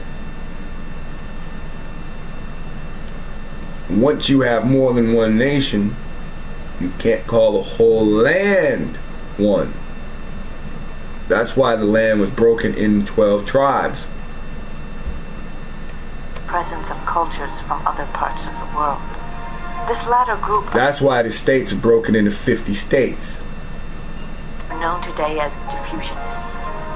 Diffusionists are scholars and amateur archaeologists who believe that contact between inhabitants of America and other geographies may have taken place before Christopher Columbus. Most scholars featured in this film believe that the ancestors of today's Native Americans came to North America across a land bridge that had formed during the Ice Age. With perhaps only one exception by the Vikings, no outside contact with Native Americans prior to Christopher Columbus is believed to have occurred. Diffusionists, on the other hand, believe that ancient Native Americans, such as the Hopewell civilization, might have traded, intermingled, or even originated from other cultures. Now, here's the problem. They opened up with there's evidence of trade with these pipes and sexual devices.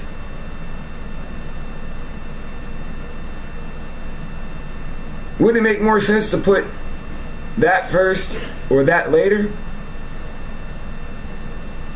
See how it's spread out? Because they don't think you can hold your fucking attention that long. Controversy surrounding artifacts found at the Newark, Ohio earthworks demonstrates the division between some diffusionists and most mainstream archaeologists.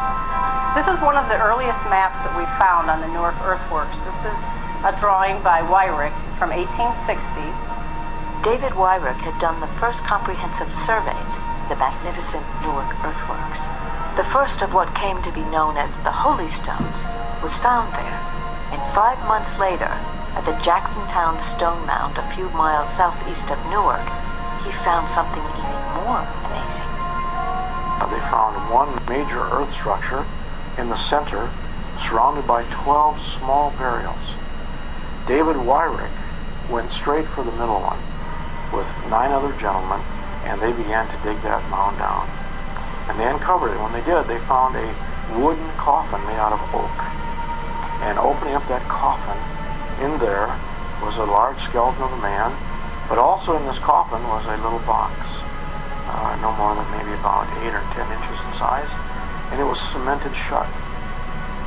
Wyrick and the men, while they're all there together, they pried this box apart, and in it was a black stone. They opened this box, and here was this unusual artifact.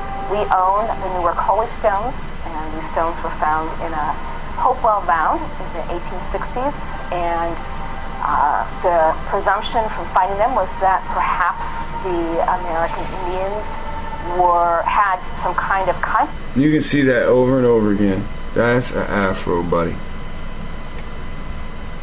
Apart, and in it was a black stone.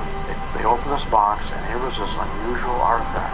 We own the Newark Holy Stones, and these stones were found in a Hopewell mound in the 1860s, and the presumption from finding them was that perhaps the American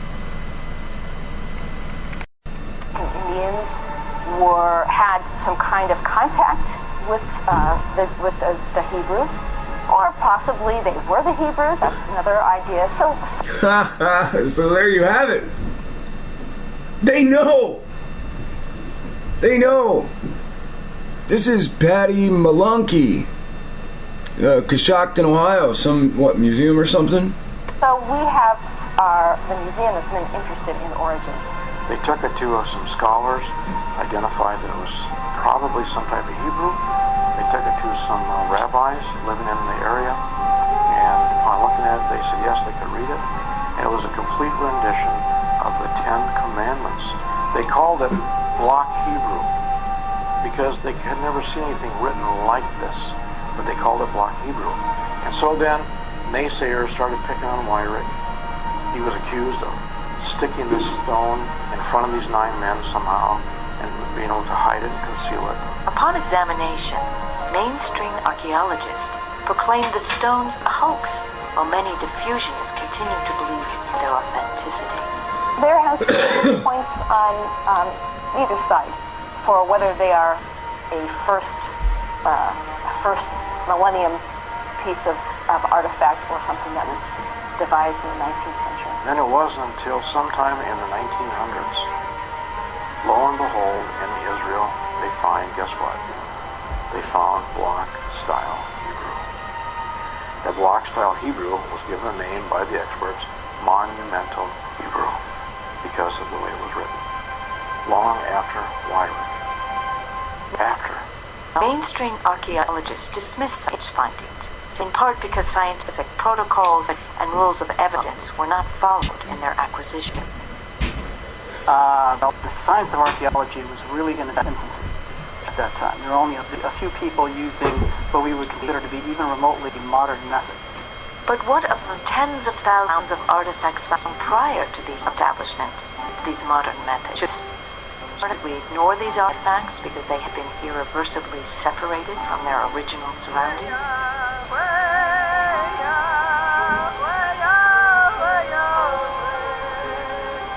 But diffusionists like to point to one artifact that has been dismissed by mainstream archaeologists, even though it was found using modern methods within the original surroundings. They can't say that about the Bat Creek stone because the Bat Creek stone was found in the course of an official excavation by the Smithsonian Institution. Okay, then Bat Creek stone went to the Smithsonian Institution in Washington. They didn't understand it. They thought it was Cherokee since it came from Cherokee country. They did not realize it was Hebrew. And they published it upside down. And then they threw it in a box in the sub-basement of the Smithsonian. And ever after it was poo-pooed until some Semitic scholars like Cyrus Gordon came and vindicated it. Cyrus Gordon, who was one of the great Semitic scholars of our generation, he talks about the writings that were found in this very area and how he was able to translate those things, translate that writing when it was turned over. We're trying to figure out what type of for the Jews. Cyrus Gordon turned it upside down and recognized that it was actually Phoenician. Phoenician, this older form of Hebrew, dates to the Old Testament Babylonian captivity and the scattering of Israel. Are there other linguistic evidences that may lend support to diffusionist ideas? As a scholar of ancient languages, I have discovered that there are many symbols in the Micmac that are very close and similar to those of ancient Egyptian. About 700 BC. Look at this. Do you see the two at the bottom? Look at it. Exalted one, and it's a step pyramid, and God is a mountain or a pyramid. Alright? I want you to think about that.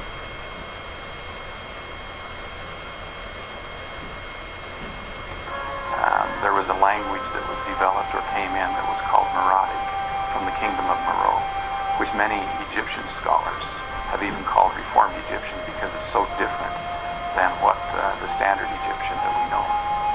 And this Meroitic is very close to some of the signs of the Micmac. Anthropologists dismiss a lot of the stone evidence and inscriptions in these ancient languages like Egyptian and Greek and Hebrew by saying, well, they were not found in the course of an official excavation. Are these diffusionist ideas simply a continuation of the controversies that existed in John Wesley Powell's day? There were some people who were arguing that the mounds had not been built by any of the existing groups of North American Indians, and they would use the word race indiscriminately. There were others who did argue that no, these were non-Indian peoples in a biological sense, and that they were built by Europeans. Perhaps DNA science can settle once and for all the biological question of who, for example, the Hopewell mound builders were. We can... No, we all already know who controls the DNA, right? Okay, so let's play this game. Okay, I'm in! Use DNA to help us reconstruct the past and the history of different populations, because your DNA is passed down from your parents from generation to generation. There are certain types of DNA in particular that are very useful for reconstructing population prehistory. Your mitochondrial DNA is DNA that every person has, and you inherit it from your mother. Your mother passes it on to her children.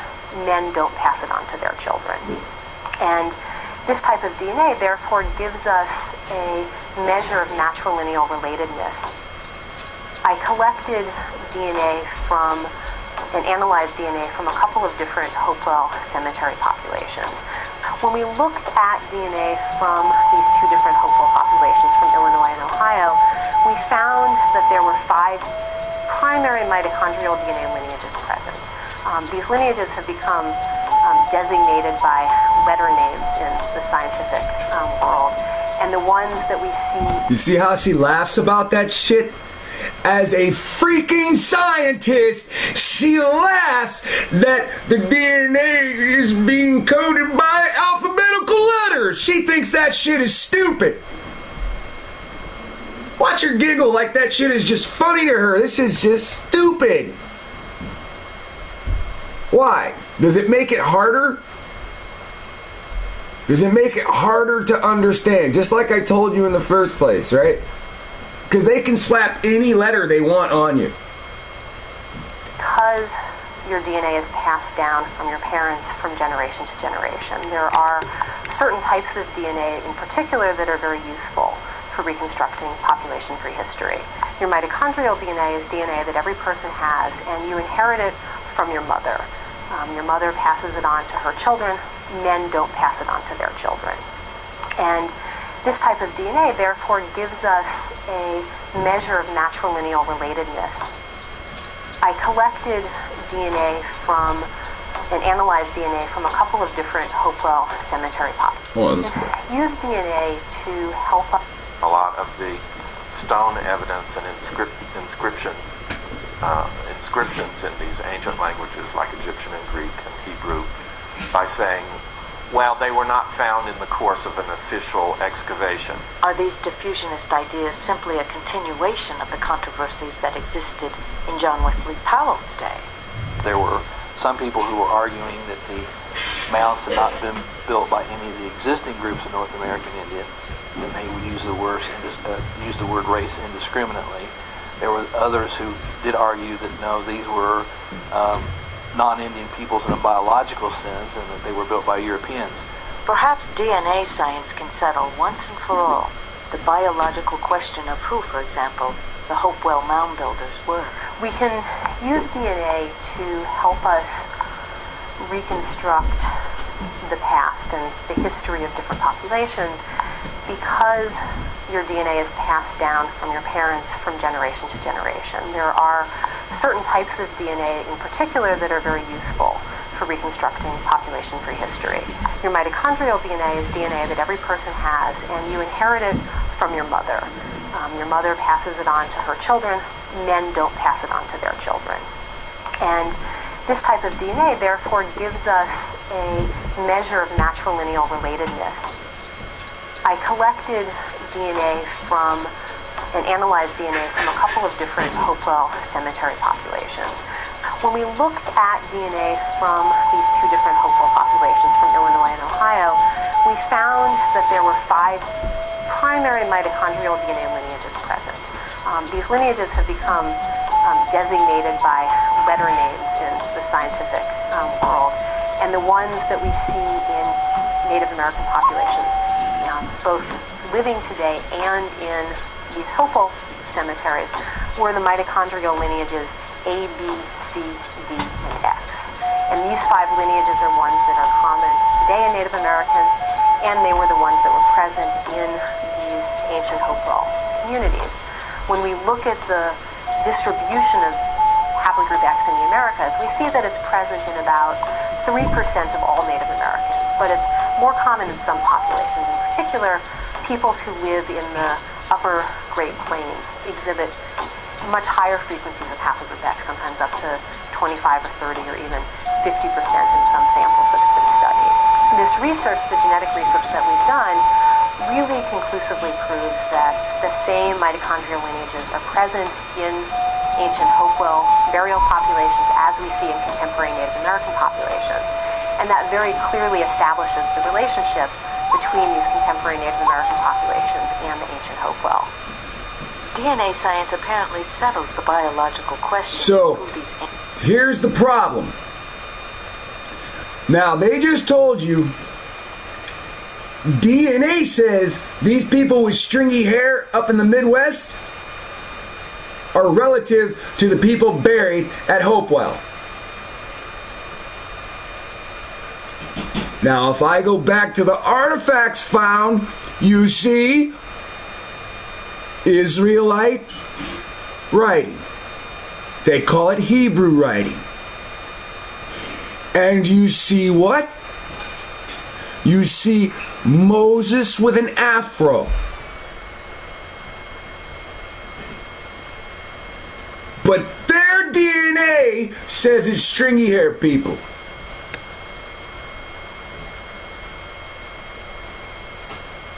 Unless you were mixing with them, your forefathers were putting seed into them and their own people.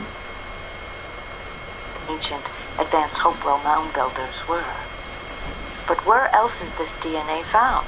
Whoa! Where did it originate? The form of haplogroup X that's present in the Americas is known as haplogroup X2A. And this specific type is defined by a number of additional mutations that Native Americans who belong to haplogroup X share. This particular form of haplogroup X is not found in Europe. In fact, it's not found, as far as we know at this point in time, anywhere in Europe or Asia.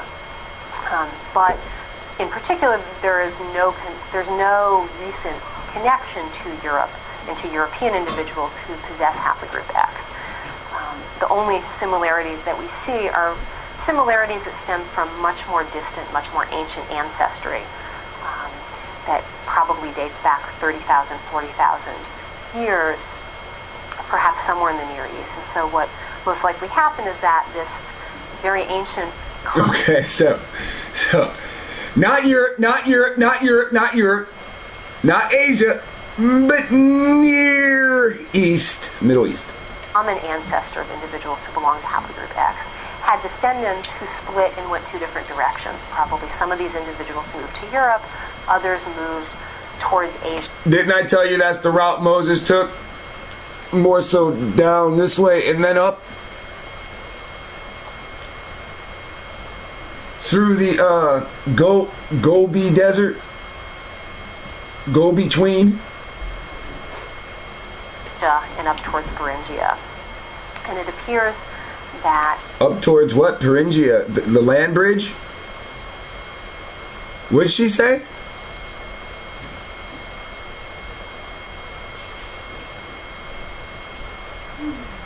Others moved towards Asia and up towards Beringia. Beringia, the land bridge. This Asian form Beringia. of haplogroup X is what eventually made its way into the Americas. Of the Bering Strait, Beringia. You can already see the damn land bridge that exists now. They just say it's frozen. There have been some recent studies that have suggested that this particular distribution of haplogroup X in the Americas is most consistent with a migration from Asia through the Bering Strait over the land bridge and then down through the ice-free corridor. And so if individuals with haplogroup X migrated through that ice-free corridor, Afro-Asians, 40 years in the wilderness, they would have first entered the continental United States and continental North America in the upper Great Plains, and it would make sense then that we would see the highest frequency of haplogroup X today. And they came as a multitude. And as we get to a point where this land is for them and this land is for them, you can live where in the other places. This is why you don't see them on this side of the Mississippi, except for the the combined DNA called X and X2A, or excuse me, an X2. Populations in that region. Most mainstream archaeologists and historians would probably agree that this assessment is something of a contemporary final word on Native American origins. So does DNA science put much of diffusionist theory to rest? Diffusionists would answer no. The reason? There's a lot about DNA evidence that is a controversy. The real controversy surrounding haplogroup X is the branch of haplogroup X found in these Native American groups, namely X2, is almost entirely absent from Siberia, the proposed land route of the first migrations in the New World. This promises to remain the focus of much scientific recreate the migrations that first brought humans to all corners of the globe. Now, keyword, promise, and all corners.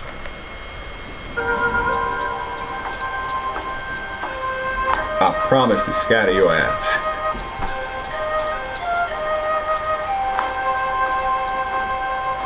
I'm Cherokee Indian, and so I had a moral imperative to investigate my own family history and origins, and that led me to DNA.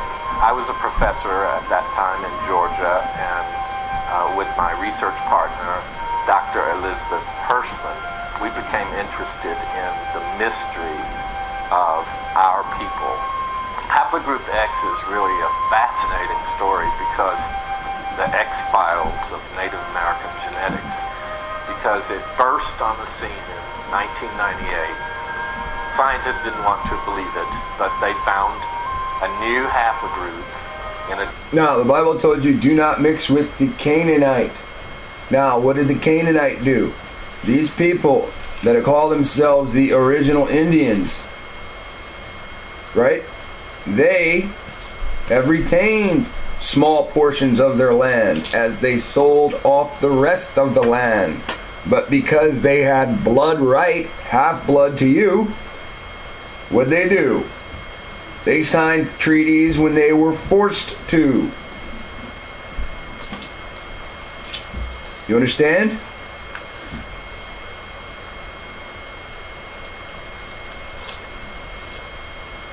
Not to say Moses had bastard children, but it's the bastard descendants of our ancestors that sold treaties that signed treaties with guns pointed at them. These are the later treaties. In addition to A, B, C, D, among the Indians of the Great Lakes in particular. And that was haplogroup X. And so immediately the scientists who have a kind of... See, by labeling you today, haplogroup E, that takes you completely away from anything that has to do with America. That is what they're doing. That is the game that they're playing. They said they brought you here on ships. They have to back it up scientifically.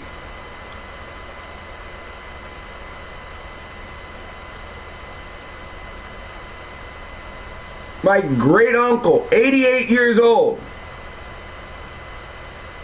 My father's mom's brother. They all had afros, light as butter. He gets his DNA test. They tell him he's from USSR. He's confused. How does my blood go back to Russia?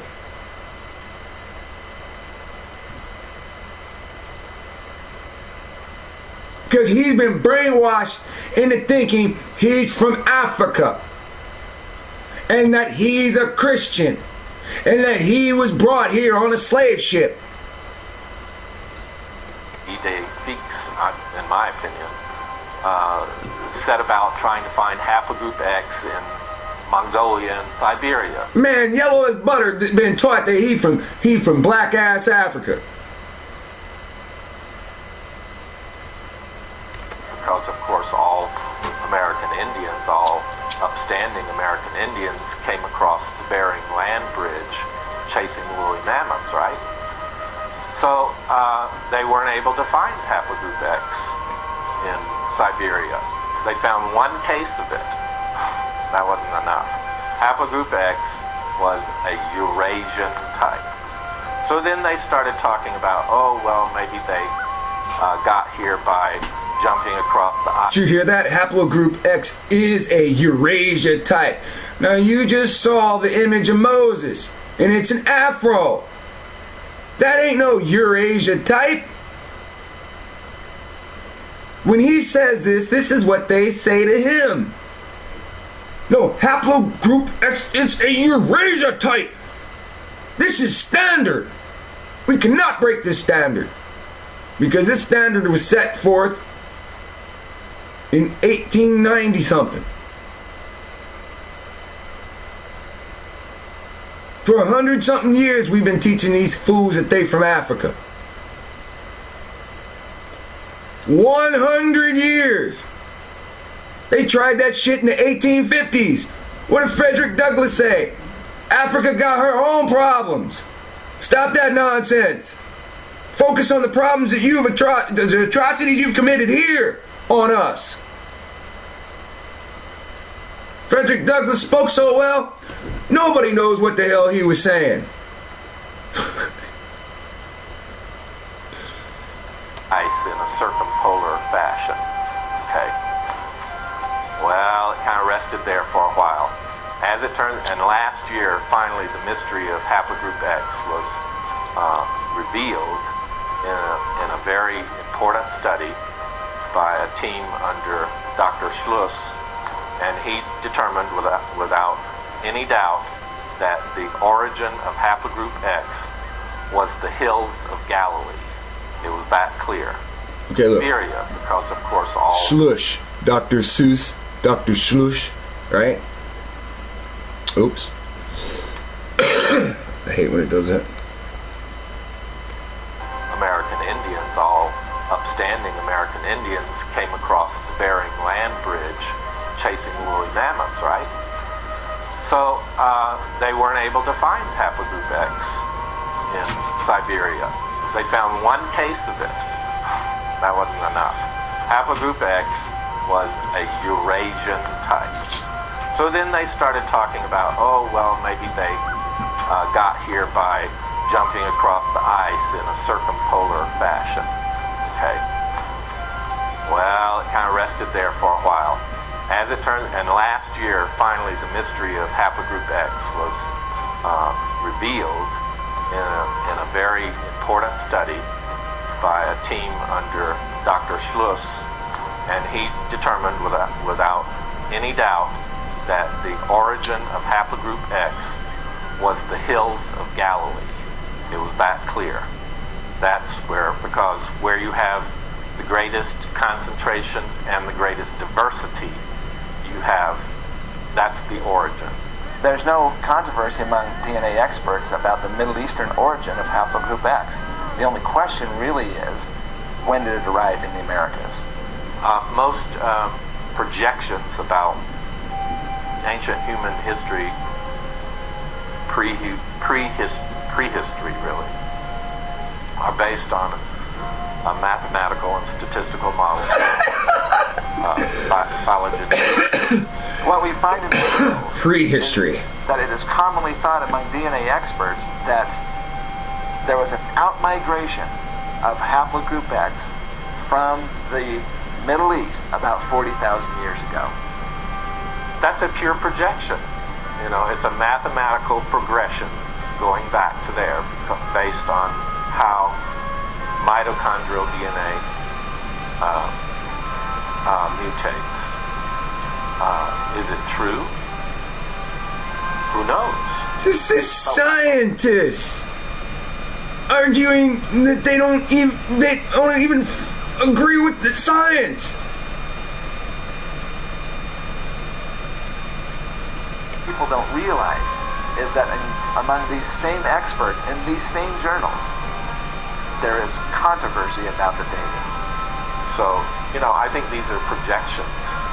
The controversy is between those who assume a theory that man branched from chimps 5 to 6 million years ago versus those who are using newer actual findings from DNA pedigree studies. The theoretical dating gives much longer time frames, but the actual data shows a 20-fold reduction and would place the Middle Eastern outmigration of haplogroup X about 2,000 years ago, plus or minus. Is it true that all Native Americans came from 10 families that stumbled across the Bering Strait chasing woolly mammoths before the last ice age? I don't think mine did.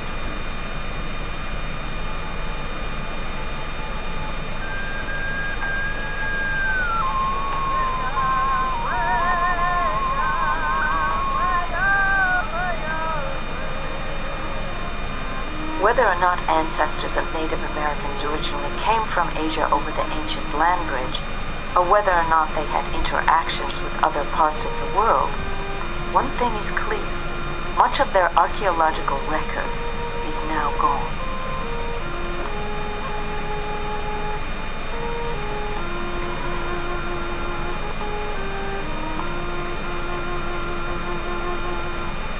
It is unfortunate there was such an opportunity there, and I don't think that people consciously were trying to destroy things or ignore things. I think that for me this is a case where, they've already brought up the fact that they purposely did. So her opinion really doesn't matter. Government officials purposely did it. Smithsonian officials purposely did it. Freemasons purposely destroyed and hid the information. Expansion was the thing on everyone's mind and moving forward. Victims of science and of the doctrine of manifest destiny, 19th century Native Americans were labeled as savages. This helped to legitimize their suppression, subordination, and the taking of their lands. The idea of manifest destiny trumps all is certainly, as far as I have been able to read, absolutely true. I understand that these early scientists were in the kind of products of their time, in that that's what people were talking about and that's what they were saying, and so they believed that yes, in fact, Native people are savages who we can clearly see that. That's what they were thinking. Disregard of their value resulted in the wanton destruction of thousands of artifacts and grand architectural achievements, and aided in erasing and millions of people knowledge of their advanced capabilities from our collective memories. While scholars may disagree on this, and it's fucking weird. No, I have to. Isn't it weird how it's more disappointing that we don't acknowledge the shit they built instead of acknowledging the destruction that this race has created? When your explorers arrived, they gave descriptions of Negroes, Negro Indians, Afro Indians. And these people constantly perpetrate this, "You're from Africa. African, go back to Africa."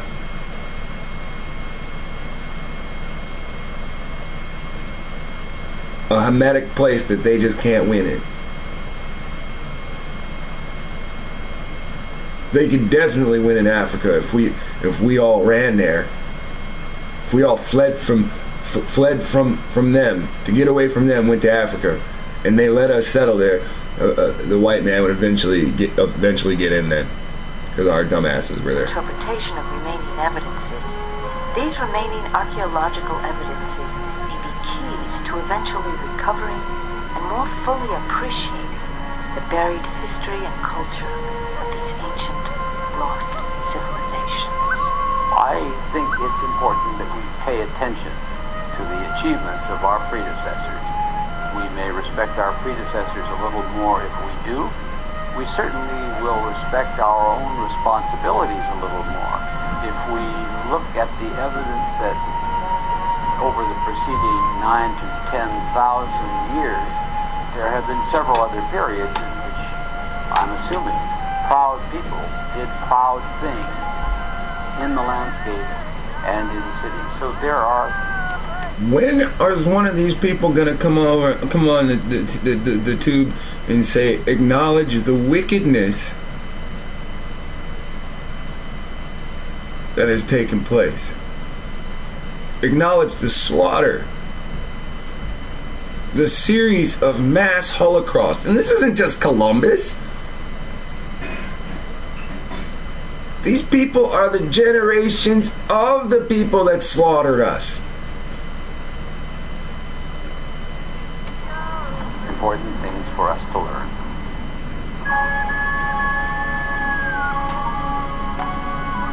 See that fucker again, right there, smiling about it all.